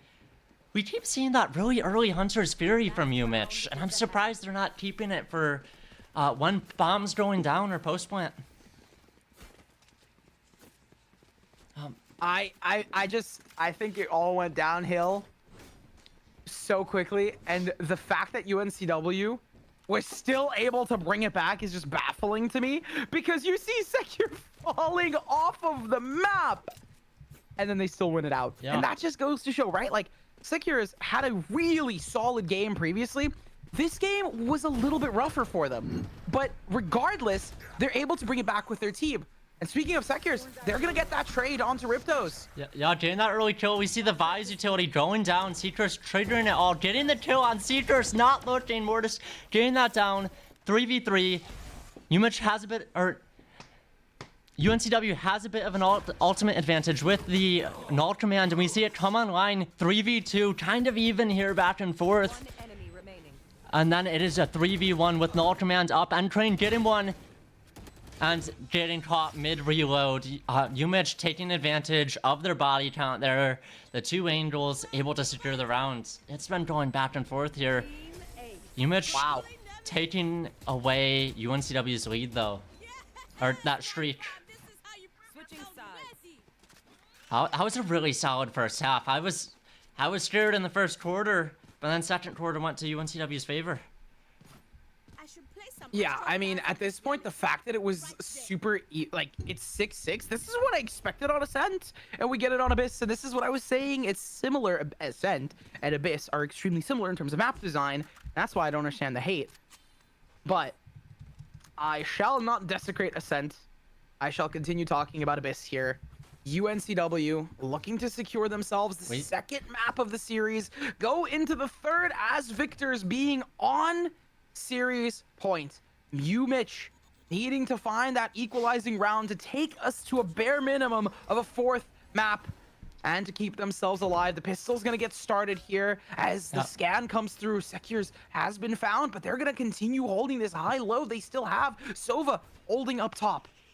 Yeah, playing super aggressively, getting one kill, and then just immediately dashing back into the Astra smoke. Roddy peeking around for a second, seeing one on high ground, getting a second headshot, really pulling this round into UNCW's favor. Pre-round, I saw 8 ghosts in the window, so I was happy to see Seahawks swap over to the Sheriff. You know, Sheriff and the Marshal, Seahawks is really able to shine with those. You see the Omen one way, they just nerfed a lot of his, but some are still up and running. UMich getting the orb placement here. And well, it's like tagging the Jet here, realizing that they might be going for an A push. UNCW going 3 on A as Seahawks pushes up, taking that mid control, stopping a rotate. And it was honestly off the back of Seekers getting that immediate first pick. They found it. Oh, the timing's rough. Caster Kirsten, Corazon taking their heart away. Unfortunately, though, the numbers still fall into UNCW's favor. Mortis is going to get that plant, but the blind comes through, and now the pressure's building. Bomb down. UNCW is trying to push out a tower, getting that excellent double kill, pushing through the smoke blinds. You know, they're using Astra's utility to try stalling it out, but with a 1v4, they're not going to be able to pull it off, pushing forward. The timing was so rough on that dart, and NCrane is going to get themselves another pick onto the board. I will say, though, for UNCW here, finding this first, it does feel like a sigh of relief, considering that they've been on the down tilt for the majority of this game. And only recently, within the past couple of rounds, they managed to actually take the lead. And now that they found the lead here, feels kind of nice. Turtles buying up that patented, you know, Jet Marshal on the second round. And they're going to be going for light shields on the next one, as they decide to stack it down towards mid with an Astra lurking for that control. I love seeing the mid pushes here. I'm excited to see what Turtles does with the Marshal. They've been on it with the Operator, shooting down Sova drone and immediately pulling back, getting that really aggressive vise here. Seahawks getting the kill. You know, UMich losing that Sentinel off the bat. It's going to be unfortunate if they get site control. Turtles here just trying to play with the Marshal, waiting for the Sova to peek it. Turtles is just, again, right? They're trying to find value out of the Marshal, but unfortunately towards mid, I think at this point, UNCW is aware of that. So they are intentionally not peeking into a Marshal where they can die. They're just holding this smoke instead. No, Dark going to be broken. They're not one player to not reveal the rest of the roster, and UNCW falls off, disengages, because they do not give them a rifle. They do not give them a Spectre. Nothing. Absolutely. Not an inch or a mile. Brodo could have played more aggressively there off the smoke drop, and I think it would have paid off seeing what I can. But I think it was the right play for him to play a bit more defensively, not lose that Vandal. And you see some fighting down here as UMich tries to push on, getting a flash, NCrane getting the kill. 3v5 here. NCrane getting a second and the third. One enemy remaining. Spike down. I mean, yeah, it's a flawless victory. Like, who's to expect that? You know, statistics usually expect that. You did want to see value come through specifically for Turtles. I read that name and sometimes I'm thinking that I am saying it incorrectly, but hey, all I gotta say is you gotta put respect on it because they did find value previously. Now, it's the light shield meta. Riot Games really wanted to prevent this. They invented a new shield and a new gun, And still, we have 3 players buying up light shields, a regen for Mortis, Cortisone keeping their heart healthy with a full shield of armor, but it's, again, right, the pressure to be built. And Secure. Seekers- What an exec. Yeah, playing super aggressively, getting that territory on the flash though, and UNCW able to hold it down, playing super aggressively, tagging one with the knife. They know one's behind box. Yeah, and you know, Vise is lots down there. Apart from some util, they are not going to be out. NCrane playing aggressively, taking advantage of that Spectre, and then getting the trade on Owen, upgrading to a Vandal. Phylosium getting a second. Wow. It's a 3v3, not able to trade up on guns, making it a 3v2 just as quickly. Spike planted. I just think that, Baggins here could find huge value, gets the first. They can get the second, but they don't. But still, UNCW has done so much damage. They got it down to a 1v1. NCrane's here. Tortle's on the other end of it, looking, but not able to find much yet. Yeah, it's a 1v1, expecting the going on top of the library there, and just wrong call. I mean, that was still such a good round from UNCW. They fought their way into A, and what an exec strategy here. Talking about eggs, they cooked that up. I mean, don't get me wrong, it wasn't as successful as you would anticipate, but if you're a UNCW player, you found immense value just taking 5 rifles and stagnating the economy for your enemy. There's back to light shields here, while your roster has full shields for everyone except for Brodobaggins, who most likely is just buying up utility. Seekers getting that early dart from the drone and just running straight back CT, giving up that territory, taking high grounds. And you see... UMich leaving the spike behind here, a classic play. I'm wondering if they're going to get territory control, have sight, and then wait on the spike to catch up with them. It's a mistake you see every once in a while. Not too often, but enough to keep an eye out for. And, you know, they're rotating through spawn, trying to pick up spike. And UMich about to execute onto sight here, smoking off heaven and back sight. NCrane realizing, pulling off, giving them sight control, and choosing to play the retake here. I mean, the retake does make sense, right? They have themselves no utility other than a ultimate. Look at that. Oh, he got out of dodge, right? They have the null command. Wow, words. Yeah, and NCrane getting the kill out of the smoke just like that, really pushing things in UNCW's favor here, executing onto site, flooding through back. UMich looking to play spam off site, but UNCW with the numbers, getting one there, NCrane dropping with the null commands, and then Seekers getting a 2K to secure the rounds. The Hunter's Fury coming out just a little too late. Oh, and the shot's doing the same. A little late for that, but UNCW is feeling great off that defuse. I called it, NCrane. A huge linchpin for them, and it was locked in tight. No padlock to be broken here, no lockpicks to be found, and at this point it's a eco round for UMich. They don't have the money to really contend with UNCW. UNCW on the flip side, they have shields. They have light for Brodobaggins, but that's been carried over from the previous round, so it's not like they couldn't buy up into it. It's just a matter of not wanting to overinvest. What Seekers okay, I'm talking going to the about a lot of silly silly crosshair. stuff. I'm talking about a lot of silly stuff. Looks like it was the Whoa. wrong one, swapping up mid-rounds, getting the early kill in mid, you know. UNCW has the advantage this round. UMich just looking to get a couple kills. And, I mean, it's to be expected. Having the gun... having the gun advantage, having the shield advantage. You see Turtles rocking it down with the Marshall, getting the double body shot. Taking a rifle out of UNCW's hands, but they're not going to be able to secure it. Last player standing. I mean, yeah, it's an eco buy right now. Yeah. Warzone did pick up. Yeah, I think it was a. Was it an eco? It was an I believe eco. so, I think yeah. we saw a Bulldog and It's a just Marshall. Warzone picked it up. but- Yeah.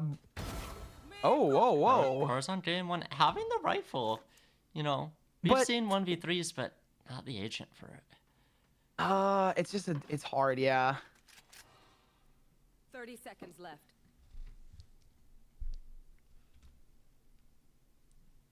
Slow play is agonizing. I'm not gonna lie.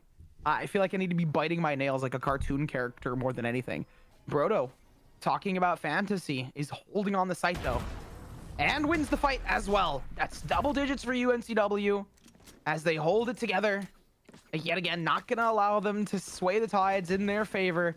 UMich, they're not the ones close to the beach. It's UNCW who's got the beautiful sunny views.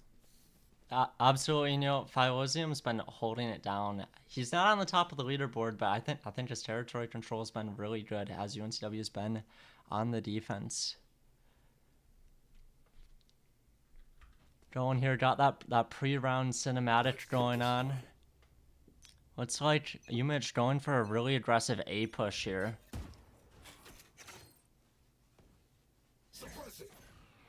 No info gained on them. They're waiting out that knife now. NCrane, aware of that possibility, though. I really like the patience on these players. Yeah, back and forth, they see some patience. The world divide going down. Cosmic divide is huge here. Yeah, no, you're fine. It's just the cosmic divide is huge because it's going to isolate all these players. Yeah. The flash. UNCW Jane Heaven there on the top of site. UMich going, not quite getting plant down yet. Dana quick double kill from the Omen on top. No, they've covered the flank, but I don't know if they expect a double up here. Secures is there. There's a hold. There's the one, first, there's the second, two. the third. The Blade Storm. Oh, no. Oh, that was a quick Blade Storm. There's 4 or 3. Oh! And what a game plan there. That was unfortunate. That was also unlikely. But it gets held together here by the side of UMich, which interestingly enough, 2-1, 2-1. We're kind of mirroring these teams. Now, if this goes how it goes, and UNCW picks up 1 here to get 11, and they lose 4 in a row, that's going to be a little rough. Like a identical sort of half and half, that would not be good. Especially with the side that UMich has. Steel Garden, a very good ult to prevent the retake. Seeker's pushing up really strong with that Omen cover here.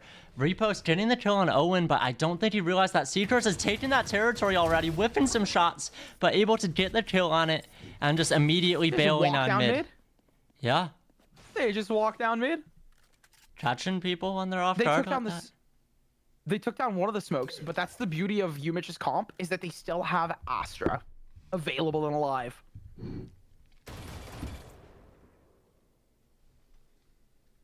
Oh, this is dangerous for Secures. Yeah. Mortis here just playing it safe, keeping Citrus occupied. Back and forth, Citrus lighting up Mortis a little bit, but still pretty 50. Corazon, what are they up to? I mean, the site, right, has been kind of secured. No, they're just spamming through the smoke. Yeah, UNC. There we go. Brodo getting the kill through the smoke here. Bomb about to be going down for UMich. Where is it coming? Phylosium sees 2 of them, able to hold that down, and then NCrane getting the kill on Mortis. Seacurse and Mortis going back and forth here. NCrane popping out with a quick pop flash, seeing the 2 of them left, realizing that site's open. They're playing off util for spam. NCrane nearly getting the kill on the Astra. That's fine. It's tap onto the bomb. Yeah, Astra has no health here. Seekers just needs to keep him busy. I mean, that's the vibe, right? And even more than that, we initially saw NCrane keeping them busy, allowing Phylosium to get into the space and take it to then get the defuse here. Huge stuff for the side of UNCW. Yeah. They're looking to get this second, and they're not going to be giving much up. Now, again, right? 2-1, 2-1, 1, 2-1, 2-1, 1. It's been same sort of pattern, They got to break it though here. 4 wins for UNCW to get that match point. The only problem I see, 4 ultimates. 4 ultimates for UMich. Yeah. They have to be cooking something up here. And that they're saving here for the last round, dropping Blade Storm early on, and Seekers getting that kill, negating that Blade Storm, getting 3 off the bat just like that. Playing aggressively, trying to get a 4th, but the classic giving UMich that rifle. Well, they're gonna pinch him here. That's unfortunate. And Mortis getting 2, That could have been really bad for UNCW. Seekers plays very aggressively, and it pays off. But at times like that, it can be a little nerve-wracking. I am surprised at how quickly they fell apart. Now, I get it was an eco round, but wow. I mean, it was just Seekers coming online. It's almost like the subscription was renewed. They were at the bottom of the board at the beginning of the half, and now they've just shot through the ranks. I was excited when I saw the Bladestorm prop for UMich. I was thinking maybe they can do something with that on the eco, but just shut down just like that. Yeah, that was my thought process. I'm like, I really want to see them, like, find value out of this. Yeah, and you know... And now for UNCW, they have the Bladestorm. And UNCW has 2 really strong alts. Owen is in, and he is out. Just like that, getting that scene 3 there, UMich realizing that they're out. Seekers playing aggressively, and Flip getting the kill on the Bladestorm and Jet. Back-to-back Bladestorm shut down without a kill. Going back and forth, neck and neck. We see the world, the Cosmic Divide coming online. Mortis getting the kill on Philo. It was a fake. The Cosmic Divide was a fake towards A. It drew out Owen, made him feel secure, and that overconfidence has been eaten into. NCrane is on that flank. They have to be the player to take this space. Yeah. Oh, but they're being held by Astra. Faking a Cosmic Divide is something. I've seen some fake util. NCrane getting the kill, getting the second on Astra. Completely missing an opponent who didn't see you. Flash. And NCrane going down. Vi's not being able to use any util. Birdo pushing forward, tapping bomb, playing aggressively, and Mortis getting the kill, securing the round. What a clutch at 5 HP. The team flash almost spelled misery. Almost doesn't count, though. It's not a matter of almost. It could have happened. It might have been. It did happen. And now they're back in it. They have the 9th round. Hopefully the momentum can be swayed into UMich's favor so they can get themselves a tighter game between them. Redemption for the map of Ascent and UNCW, right? They're looking a little bit rough here. They're going for the half buy. Oh, you've got to be hyping up Mortis here, right? You're like, yes, bro, Mortis, you clutched it for us. I'm amazed to see this Rise gameplay. Like I said, I'll spend my highlight so far. Seekers getting a quick double. UNCW getting the eco of your dreams, and then Flip getting a 3K of his own, going back and forth. And they dropped the spike. There's no bomb. Flip getting... Pick it up with the ultimate. Yeah, Flip getting the 4K, Seekers the 3K. I love Seekers just looking at the ground like, oh, dang, I forgot that this was happening. With all of that chaos, it didn't get accounted for, but Cryptos is looking for the fight. Yeah. It's tense back and forth. Seekers whipping the shot, getting the 4K of his own. 2 4Ks with UNCW having been on a half buy there. You know, for ult advantage, I think U of M Flint, you know, they have the ult advantage going into that round, but that early 2K from Seekers really just helping them pull ahead, secure it. I mean, 7 first bloods on that second half alone would make sense. I mean, I don't know how much they got on that first half, but they did so well on that second half. You just got to give them props. Again, MVP for me is NCrane, the jack of all trades and a master of none, but a jack of all trades is still better than none because look at this. They have a jack of every trade. 21 kills, a little bit of deaths, but still 12 in terms of the assists. First bloods, plants, they have all of that. And I really like this. Hey, we got him posted up here. A solid KD as well. I mean, I'm happy that we have a little graphic for them to give them an extra shout out on top of just verbally describing their prowess. Yeah, you know, and having that high kill assist survive trade, that means that if you aren't getting the kill, you're getting traded. And NCrane, he's our captain. He's locking it down. 1.3 KD. Yes, that is.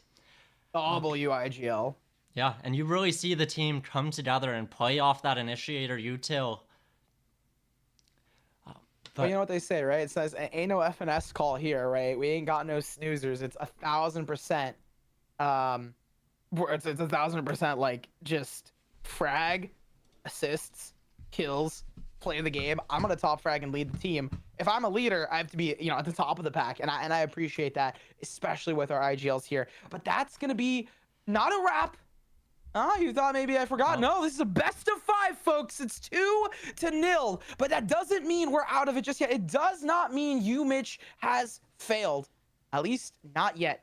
We are going to be going to a break, and when we come back, we have ourselves Bind, one of my least favorite maps, but Bind nonetheless is going to be the decider of UMich's fate. Are they going to be able to take it to game 4, something that I predicted, or is it going to be falling into the abyss? We'll see in just a little bit.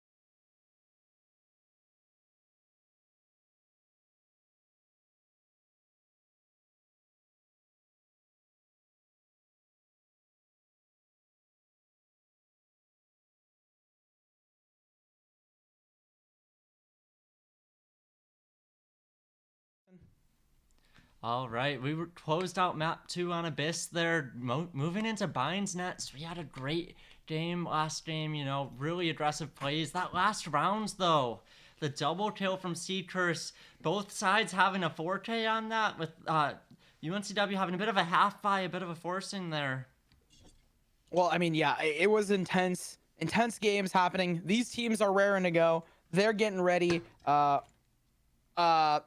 We honestly, I'm excited personally, right, for how this is going to unfold, because it's Bind. I'm not a fan of Bind. I know some people are a fan of Bind, so it's a matter of, you know, how these teams are.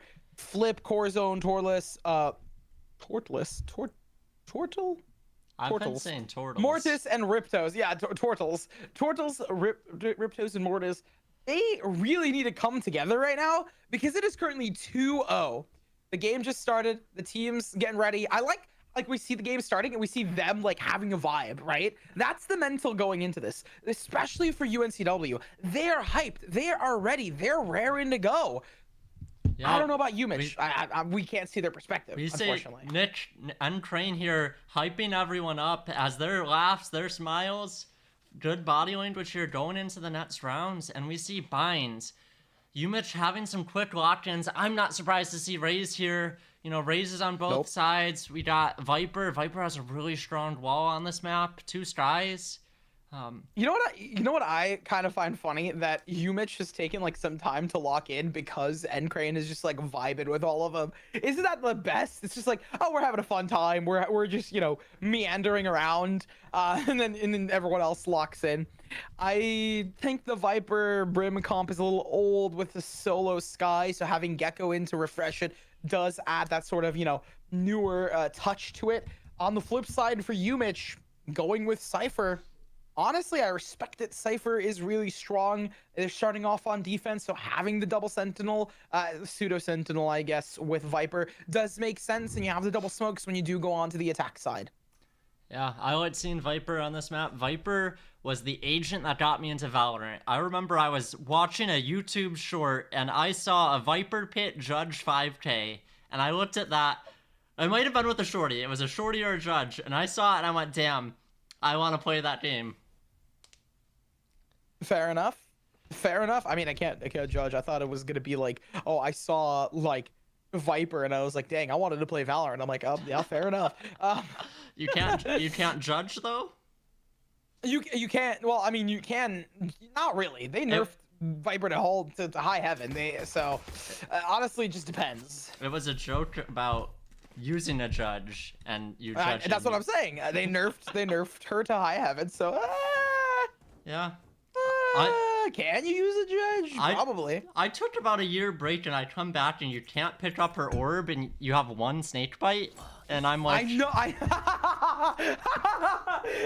I love that. Average Valorant player comes back after break. Everything's changed. Thank you, Riot Games, for not being like Counter-Strike, where everything is the same. Yeah. But I went to Viper because I could quickly. She had a lot of utility that could just stay up forever. And you could just keep that consistent value, so I guess it made sense. I guess snake bites buffed. I miss having 2 snake bites. Yeah, they buffed the snake bite, but gave her only 1. So, you know. And we see some fights for showers here going back and forth. U of M Flint. Switching POV. Oh. Press bracket. Yeah. There we go. W production. I was like, they're on the other side, homie. And holding down Hookah, about to execute onto site.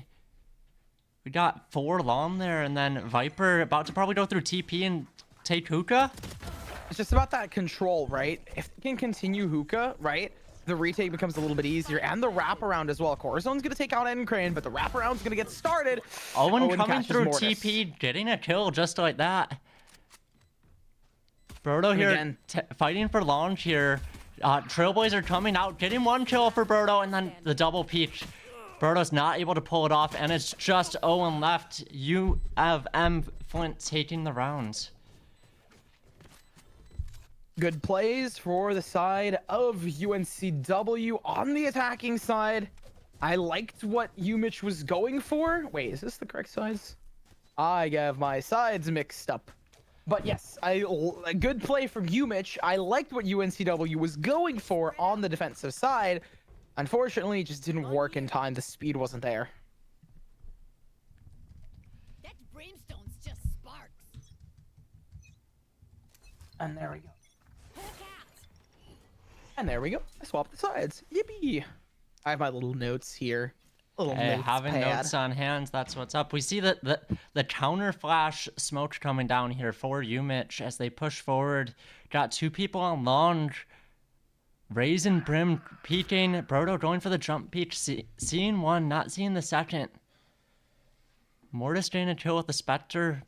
Just playing it nice and slow. U of M having the advantage here. NCrane pushing forward, realizing that this area is clear. And we see Seahawks going back, running it. Mortis getting the kill in showers here. UMich has a free sight if they're on it quick. But Seahawks out there in tower, able to hold it down. Maybe delay long enough for UNCW's flank to come into play. Seahawks getting lit up down to 23 just like that. UMich getting the bomb down. Yeah, that's going to be a touch unfortunate. I mean, it's an eco round, so it makes sense. They're falling to the ground. Yeah, and Seeker's just probably just going to try and die to Spike here, if anything. yeah. Or get some exits. Get a kill as they're pushing forward, trying not to die or die to Spike. I can see either. I mean, they have paint shells, so they probably try and find exits, waiting for them to chase, and then paint them. They have to die. They have to die this round. Economy-wise, you die, you get more money. And you see this little duck crosshair going on. I see the beach swapping crosshair mid-game twice. Yeah, they're going into that bomb. Oh, the sweet embrace. The finesse goal. And you go down. Now There you go. Money's going to be picked up here. It's the third round of the game, which means it's going to be the bonus for UMich to try and work some magic and potentially get themselves a 3-round lead here at the start. It would be really good for them, considering that they're currently 2-0 in the series, and this is series point for UNCW. Yeah, I want to point out last rounds, I think UMich had the first 2 rounds, but I think UNCW is going to take this round here. Getting the buddy jump up here onto U-Haul. We see Trailblazer pushing forward, scouting it out. Seeker's getting flashed, but just playing it safe, ready for them to push forward. Getting the early kill. That's 2 with NCrane on it as well. Pushing forward with the blast patch, clearing it out, getting blinded from Dizzy. Utils dropping every which way. NCrane concussing their Mortis. Fighting for showers here, playing super aggressively. And Brodo coming out of the TP, getting the crossfire. And Spike planted. Spike. I didn't get that spike down, but that's still okay because, you know, defuse, right? You get yourself some extra ult points. The only negative is that you give them an ult point as well. That's kind of the big oomph, but it happens. Question now is, can they carry this momentum? They kept 3 players alive. It's going to be a buy-up for Seekers. I think that they get them. I also think it's kind of funny because Seekers and then NCrane's playing Sky here, the meta map. So we'll see how that goes all together. Maybe some wordplay to be found there. The one thing that I find kind of interesting is the swap, right? Phylosium going from a traditionally Sentinel player to playing Smokes here. Yeah, and that's what you see. Some of our players do swap up between roles. Nick is actually pure flats, but I see him most often on Initiator. And just seeing things shake up from map to map. It's interesting how they have such control over a lot of agents that are really demanding. Mm-hmm. Flash comes through, and Seekers gets one. Yeah, and getting that lurking around, pushing through, taking Hookah really fast. Brodo just trying to take control, using that buff snake fight that we were talking about, getting the pincer from Teleporter for a second one there. And UNCW taking the third round taking the third rounds there. 4th rounds, my apologies. Yep. There it is, 2-2 on the board. They didn't need to win the pistol. UNCW is still confident and comfortable heading into it. Wow, an immediate timeout. Okay, that's fair. They know they have to pull ahead and get binds. If not, Oh, well, we're going into the void, into the void, gonna into be the it. void. Hey, I'm loving the camera Press work shift here. 2. Press shift 2. Observer. Do it. Press shift 2. Yeah, you can lock on to players. I thought I was gonna show Brimstone's butt, cause he's hiding towards CT. That's a little comical, but it doesn't matter though. Oh, what are we? Whoa. You are shaking yourself like I am shaking my head because this timeout is so weirdly placed. They did lose 2 in a row, and that's kind of why I'm not taking this super seriously, is because like this is an interesting time for a timeout. They just lost 2 in a row. It's not like crazy. They are going into another buy round, so I get the vibe. They want to potentially play like, are we gonna play with the heroes here? Are we gonna buy up into the next one? What's the vibe gonna be like? You can press shift in any number and it'll go to any of the agents and like that little bird's eye POV. It's very cool. But yeah, see, very cool. But the thing I don't find cool is the fact that they timed out here and like, what's the game plan? Like, what is the vibe here? Oh, they're guys, come on. Seekers just has to use the satchel. Playing super aggressively off the bat, playing around that wall, getting the early kill on Spike, not able to get the second. NCrane getting the trade though. This aggressive play going back and forth, kind of in UNCW's favor, seeing the Spike so early on. We see some rotations around as UNCW is going for a little bit of a pincer. You see Cypher moving up, taking that space. Phylosium getting caught with util out, getting a quick double kill in UNCW's favor, and swapping to the classic for the final kill there. Switching to your sidearm is faster than reloading. Oh, that is kind of funny. It's kind of goofy, but I think in my mind, right, the thing that I have to just mention here is that, again, that timeout was interesting. This is the round where whatever they talked about in the timeout has to be the thing that shines, right? Like, this is the round where it starts to show, like, what are they doing? What were they thinking? How are they playing?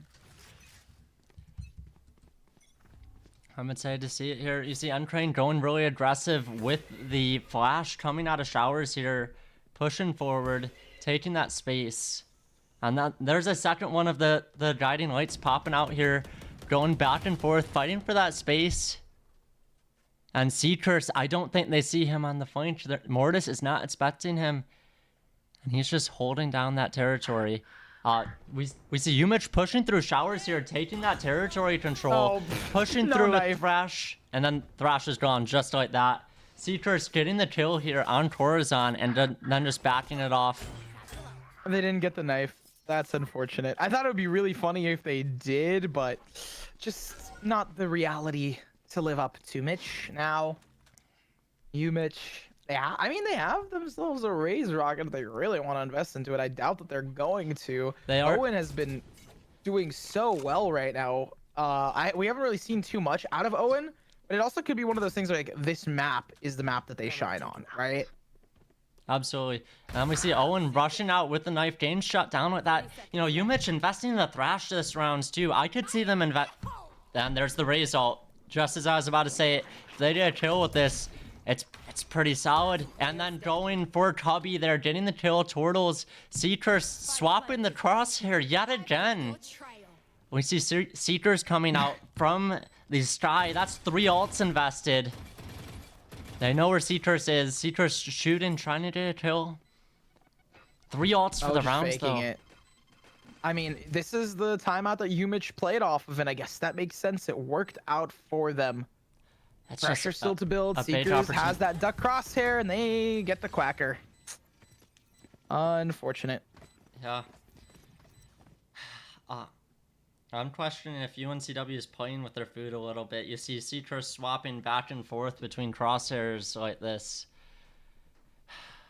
Yeah, that is a very good... That's actually very valid, right? Because they need to lock it. I mean, even though it is, just, it's just a 2-0, yeah, casually. They still need to lock in, right? If they lose this, we're going to game 4. And the fatigue is going to start to build on some of these players. It's going to start growing on to them, and that's when it becomes a problem. That's when it becomes a real issue. Yeah, and I mean, early on, we saw a few sloppy things from UMich and just not checking corners. Once this game goes longer, both sides are just gonna have more mistakes like that. Simple things. We see the Trailblazer pushing forward, getting that classic clear out of Cubby Garden, pushing forward, really allowing them to take that territory quickly. Pressure being built, Seekers pushing in. They have Flip locked getting in. the They're gonna kill pop their ultimate. with the spike. Finding nothing though. No one there with the spike. That's beyond just unfortunate. That's like, it's gut wrenching because it's like, okay, we don't really have much to work off of now. Yeah, UMich is on site, but they don't have the spike, like. Oh, this flash from NCrane could be nasty. It's whiffed! And it's a self flash with the guiding light. Ooh. But UNCW. That whiff is devastating. UNCW still has bomb, but you know, I'm looking at that Viper's pit. 5 health is not a lot, but they might use it to retake bomb here. 30 seconds left. 30 seconds on the board. Mortis needs to just stay alive, right? For UMich's side. That's the big thing for them. Last player. Owen's just gonna dominate. That's unfortunate, right? Yeah, because here's the thing. Mortis stays alive. The rest of the team pushes in. They can win that out, potentially. Be a nuisance, but it doesn't land. And that is how a cookie crumbles. I don't know how this cookie crumbles, but definitely threw it into the milk and it fell apart. UMich here forcing, and it's a little rough. We see a Spectre and a Stinger with half shields. Upgrading to that Phantom, probably selling some util to get up there, but going for the Mortis having the lineup here. I love a good lineup. I think I like lineups as well. There it is, the orb to come through to fake that sort of pressure, but it's going to be cleared out immediately by Sky Utility. Turtles pulling up with the rest of the squad. I mean, they have a lot of players here, and they lost Mortis! I was going to say they still have the potential to TP, but not anymore. No, losing Shower's control there is huge for UNCW getting that territory down. Brodo getting another kill, 5v2. UNCW probably going to secure this round. You know, you have the Brimstone ultimate. That's more of a post-plant securing the rounds. Oh, man. Yeah, they can't really use that ultimate to do much unless they want to invest it towards the A site next round. I would not invest it here at all. Like, you go next round, what's going to happen is they pop it to clear out, like, U-Haul, right? And then from there, they can pressure it, right? Lamps is cleared. They have sight. They can push out of showers, flood into it. It, like, isolates. B site here, you really don't want to do it. Orb's going to be picked up by Turtles, but it's not going to be too crazy. They get Baggins out of position. Wait, this is winnable. Corazon found the double. Finding the double, that paint shell is forcing them to come out through it. Seekers looking on the left here, getting 1, not getting 2, but it is a 2v1 in UNCW's favor. That was back and forth. The Corazon getting that double really helped UMich come back here, going for the wallbane down to 8 health, and that's it. I mean, it looked kind of close there. And like I said, the TP was available for them at some point, but definitely not that late into the game. You needed to keep Mortis alive for a little longer. I'm starting to get my names confused here. I was about to say Brodo, but no. Mortis needed to live there a little longer. I don't think this is the best play. Yeah, no, I think they have 2 really solid ultimates here. They pop Corazon's ult, and they pop Mortis's ult to enter onto the site. Go from A short, right? Or from showers, and just ult short, and or ult U-Haul, and then out of showers, pop that ultimate, walk out, and call it a day. It's a little bit of an eco strat. Like, you're investing a lot in terms of the ultimates onto an eco, which is like, do you really want to do that? But it all depends on how, like, you're feeling for this. And we see off the bat the Viper's pit holding down that launch control. They're kind of forcing A with that ult, so I'm surprised to see 2 anchored down there. Then we see that, hear that contact's coming down main here. Util going every which way. Seekers playing it aggressively. Seekers going into showers, all 3 getting destroyed off the bat. Seekers playing aggressively, trying to get this guy off guard with the Trailblazer, but it's not working out for them, and I think that's a rifle for UMich. Yeah. It's definitely not working for them. And even though UMich has good numbers, they picked up a rifle. It's the pressure of that Viper's pit towards the B site, funneling them towards A that will secure it. There we go. Almost immediately. Wow. I didn't even have time to swap with the casters just because that's just accurate, right? Like, they know they have to go A. Like, where else are they able to go? And UNCS secures the half on 6. Yeah, UNCW pulling ahead there, locking in. Now, I've got to say, we've been calling them UMich, and I thought UMich stood for all 3 universities. I've been corrected. They prefer U of M Flint. That's a little long. UM Flint. I might try calling them Flint here. I try keeping. My apologies. If I say UMich, my apologies. We've been going for about 2 hours here with it. Well, it's all right. For the Flint sides, they cannot flake. It might be a part of the gravel, but you need to get out of the dirt. On it with the quick quips here. Seeker's playing really close. Mortis expecting it, getting the kill there in the smoke. Oh, man. We hear someone showers, and Pressure. we see that Brimstone ultimate coming down as a delay here. Spike planted. Last player standing. Things going back and forth. UMich coming for, or Flint coming forward, taking this round. I think we cursed them, right? Like, the moment we started saying Flint, like, they're starting to play better. You know, maybe that was the problem. The power Honestly, of Flint. could be. The power of the name. Now, we saw Viper's Pit and Orbital coming down that round. If I'm not mistaken. Yes. The two ults for a round win, but, you know, I literally called that earlier. I was like, that's how they win this. They just give themselves 2 ultimates and they call it a day. And that is exactly what they did. And it works because I'm just a nerd and I play a lot of this game. The one thing that I'm thinking right now is 3-1-3, 6-6 half yet again. It's on the horizon. It's not over. Flint has numbers now. They also have a raised rocket in terms of ultimate advantage. And even though it's a little bit low on HP, Turtles can, you know, go for that sacrificial play if they'd like. Mortis getting the kill on C long here, ready for Brodo to push forward. And now Flint's pushing forward, realizing that B might be a bit open. And we see the teleport coming through the Cypher. Owen realizing he has to clear out Hookah real quick and is ready for the C long push. Philo getting caught in TP, a bit split off. 3 pushing towards Hookah. Looks like they're shifting to push down long. There's Sky holding down the territory. Owen getting flashed by the Dizzy and the smoke. Util dropping every which way, getting 1 kill. Spike is down. And we see NCrane just far behind, running to catch up.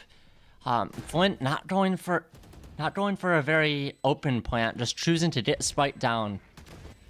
Now, we do see the incendiary from their Brim playing off-site, and NCrane's ready for that.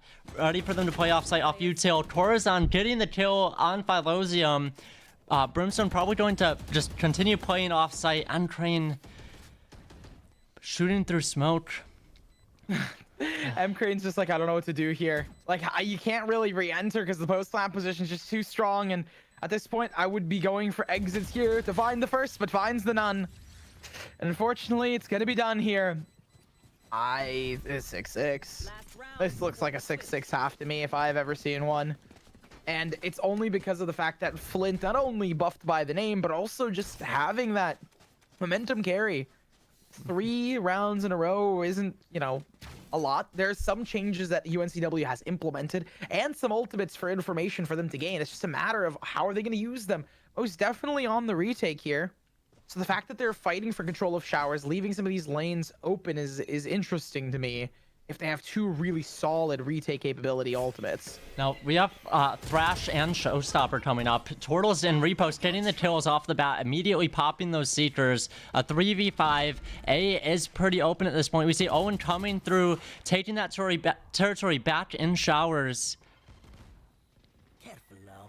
And UMich taking that B site very quickly. Pivoting from A, B. That's one of the things I love about this map. I say, I like it.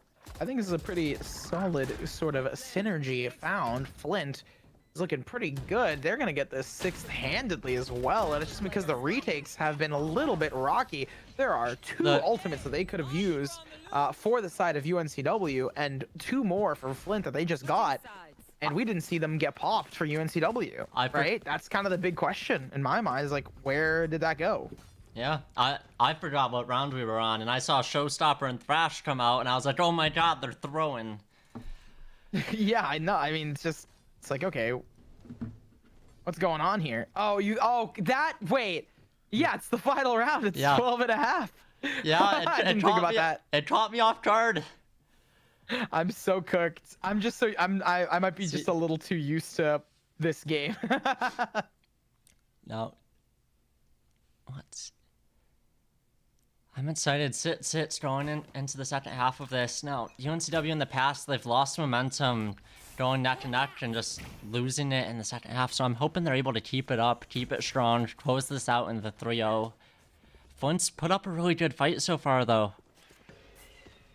Yeah, it is getting late. Oh, the satchels see the double through, satchel. but they didn't clear under. Mortis is gonna find the first. Yep. Good comms though. Seeker's getting through, taking that territory, and just continuing to push forward and forward, chilling in the smoke, hearing people walk up, and I bet he's about to peek out here. Maybe get the kill. Oh, and he runs into smoke, gets the headshot and the right click, and then bats out, taking that. Flip, clearing out the smoke. 5v2, or 4v2 here. Seeker's just getting that territory quickly, even if he didn't quite shut the corner beneath. It paid off for them. Wingman running forward, and then flipped in 1 kill, but then shut down by Philo. You're able to kind of trade your util a bit with Wingman and Boombot by just pushing a second later, and sometimes it pays out. Yeah, and they found the first on the pistol. They're gonna hopefully get themselves a bit more room to work with. The buy-up looks nice. I like Seekers going for the judge. It's been a long day, and it seems like it's blending into this. And it's been a long game matchup between these two teams. So, Seekers, I wonder what you can do towards this stacked B site. And to think, if UMich comes back, we could be at the halfway point of this stream. Going for a really fast C push. Brodobaggins full flashed here. And then Seekers getting the double. Philo getting the double. Shutting it down on that C push. Leaving Corazon running up the flank with the classic. Now, Flint didn't buy here, so it's to be expected. But when bodies are dropping left and right, it's easy to get caught up in the excitement. Yes. The excitement, the fervor, and the chaos. But it's an eco round, so it makes sense. They only have 1 go down. It's all good. GG's. We get ourselves the next round. This is going to be the true filibuster of time. And if Flint can rise up to the occasion, it'll be an 8-7. They have good guns and light shields.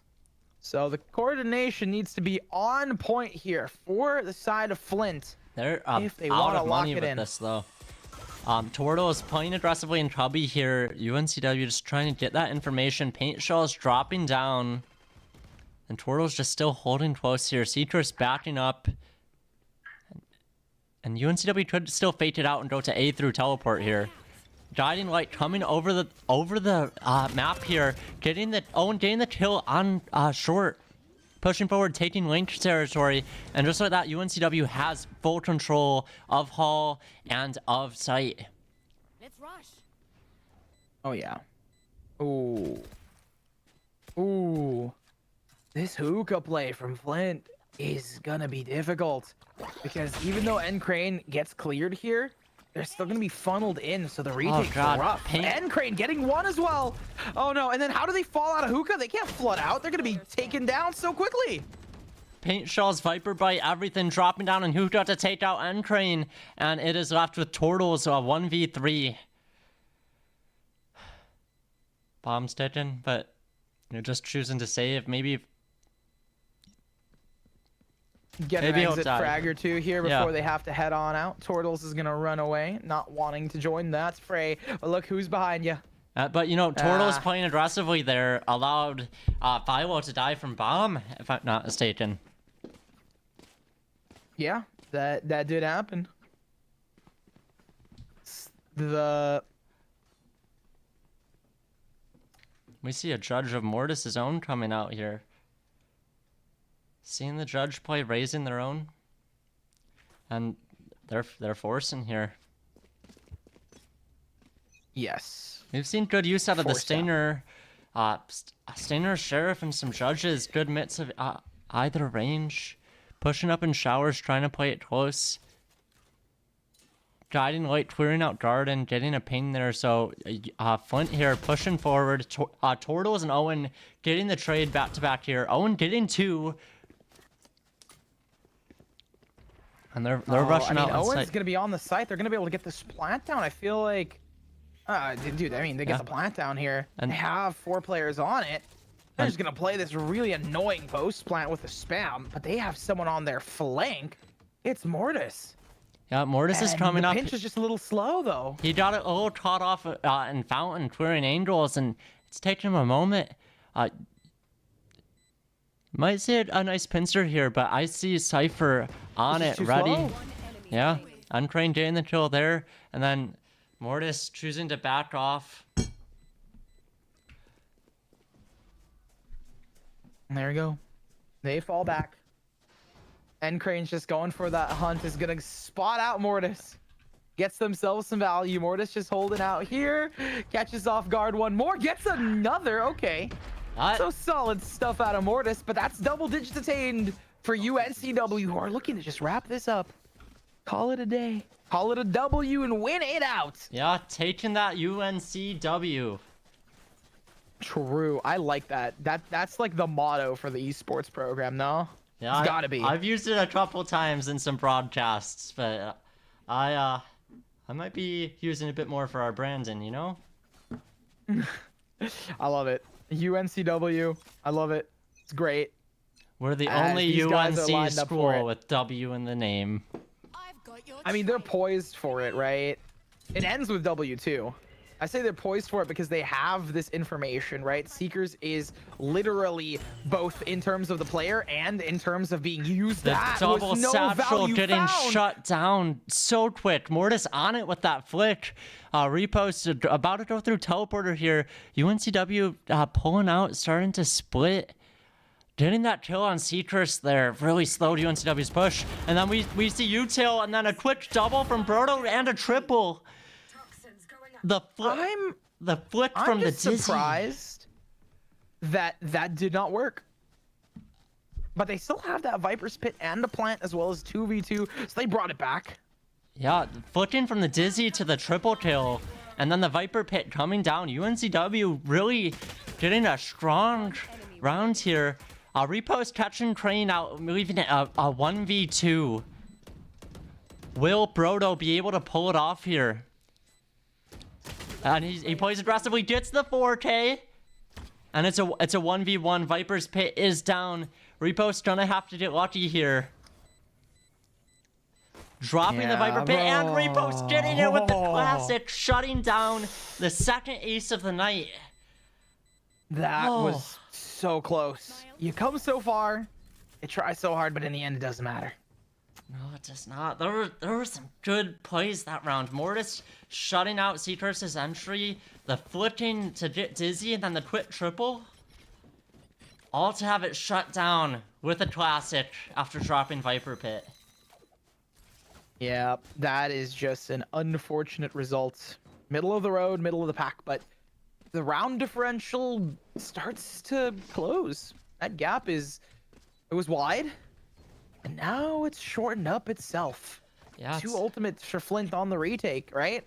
And even for the site hold, right? They And- have themselves a Sky. Seekers pushes in and finds the first. Seekers going down. Flint pushing through, getting a lot of kills and showers here. We saw that off the bat Viper's Pit again on C Long holding it down, and Flint's got it pretty secured at this point. Brodo trying to pick one off, getting shut down with the Vandal, and that leaves one alive, pushing up main here. Time to hunt. Yeah, Brim's just See if you could spot anyone out. holding it Doesn't down get in too the much smoke. info yet. Getting seen and getting caught It's in a rough. three-way sightline. I wouldn't be super concerned, but I also do expect a timeout soon, relatively soon, just because of how it's been played right now. I feel like if the gap closes a bit more, they won 4 in a row at the start. They have a buy up into this. If they lose this, it'll probably be 10-10 at the off the get-go, I guess. So Yeah, I don't think that's where my expectations lie, if that makes sense. I don't think we've seen UNCW take a timeout today. No, we have not. So if it'll be forced out here, it'll be the first, but it won't be a bad thing. We see that early guiding light coming out of shower. Citrus taking that double satchel territory here, pushing out, getting shut down with Turtles on the op. And then that allows Cypher's ult to come online, getting that neural theft. And there you go. That plant goes down and Crane to go for it. And the information has been picked up. And even though they have an op in hand for Turtles, No, it's not going to provide too much value. They have to play off the showstopper if they want that value. That's a really aggressive ult as well. You see Trailblazer pushing through, trying to clear out lamps. Turtles peeking out. Shots going back and forth as Flint tries to take some territory here. And UNCW just playing for the post-plant spam. Getting the quick double kill down on Turtles. And it's a 2v1 in UNCW's favor. No incendiary for the post-plant, but they are able to double swing this. I'm curious if Mortis will save the op. And it looks like he will. Not enough time. Yeah, there's that 11th round. TP away. They took some casualties, but that's okay. Owen has really started to shine in this game. Right? A kind of sleeper pick, more than anything. We didn't see too much of and out of them at the beginning of these games. I'm going to double check my game stats here, but Owen was at the bottom for both of these games.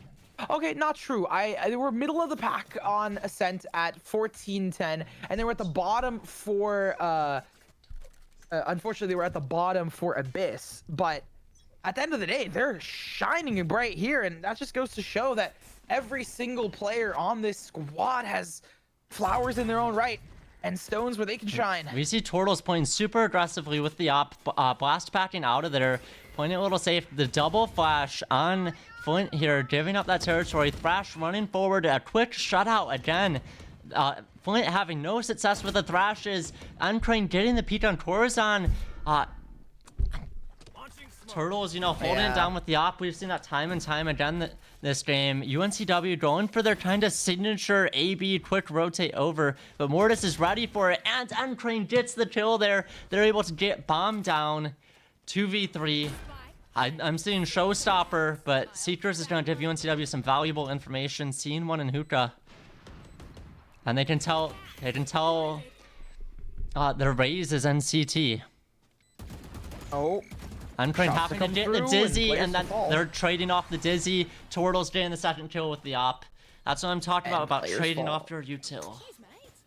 Players to fall, players to fall. The defuse going to Riptos. They're 2 away from their ultimate, and you just got to talk about, players like Riptos and Flip, who've just been helping out so well, carrying the team in terms of their utility. Riptos is at 8 assists, just to give even more context in terms of the stats. But not to stat check, but just a fact check. It is a eco buy for UNCW. So it's going to be double digits found for Flint. It's just going to be a matter of if UNCW is going to be able to lock in on these last couple of rounds. Yeah, I'm excited. Maybe we'll end up with a 12-12 overtime here. Maybe Flint will pull ahead here. UNCW going for that eco here, playing it safe. Because they can afford to lose a round here to really secure the next ones. Corazon getting caught out with utility. What? Corners not getting shots, and Flint getting a double kill there. What is the timing on this? The showstopper being is just all the way into CT. Not getting a kill with it, holding close with the shorty here, trying to catch one off. Clearing with the Trailblazer and just getting shot down with the better guns. Yeah, that is gotta be rough. Getting 2 out of the blinds from Dizzy, though. Okay. They make it costly. They make it expensive. But at the end of the day, right, Flint had the better buy up into it. So it makes sense. Turtle's going to go and get themselves as much of... no, they can't. They're going to give it to Mortis, right? We've got to give it to... No. Am I... Did they not give it to Mortis? Interesting. Regardless, though, that's 3 ultimates for Flint's favor. They've got themselves the double digits, and this is where I'm surprised UNCW hasn't taken a timeout yet. At 11-10, I'm surprised they haven't as well. They have Solomon, Mr. Solio, their coach, on hands. Maybe once it gets to 11-11, because it's a bye this round. Wait, no, it's a little cooked. You take the timeout for the bye. Because next round is going to be an eco. You have to win this round, otherwise the best you're going for is overtime. Absolutely, things are getting intense here. I'm hoping for overtime. I love a good overtime, but Flint's desperately fighting to stay in the race here. You know, 11-10, they gotta win 3. It's not unheard of, but odds are not in their favor. Tortle's getting the early pick with Op and then just running back, playing a bit more passively. I mean, you're hoping for an OT. I know that the players are not. Tortles to find the first. What? This is what we're talking about. You have timeouts. Tortle's getting the second kill there, yeah. And then Mortis getting a third. And it's quickly going in Flint's favor for probably an 11-11 tie-up here. Oh, whipping the shot there. Trailblazer and Util Dizzy. A wingman. Utility. A flawless victory here. This might be cooked.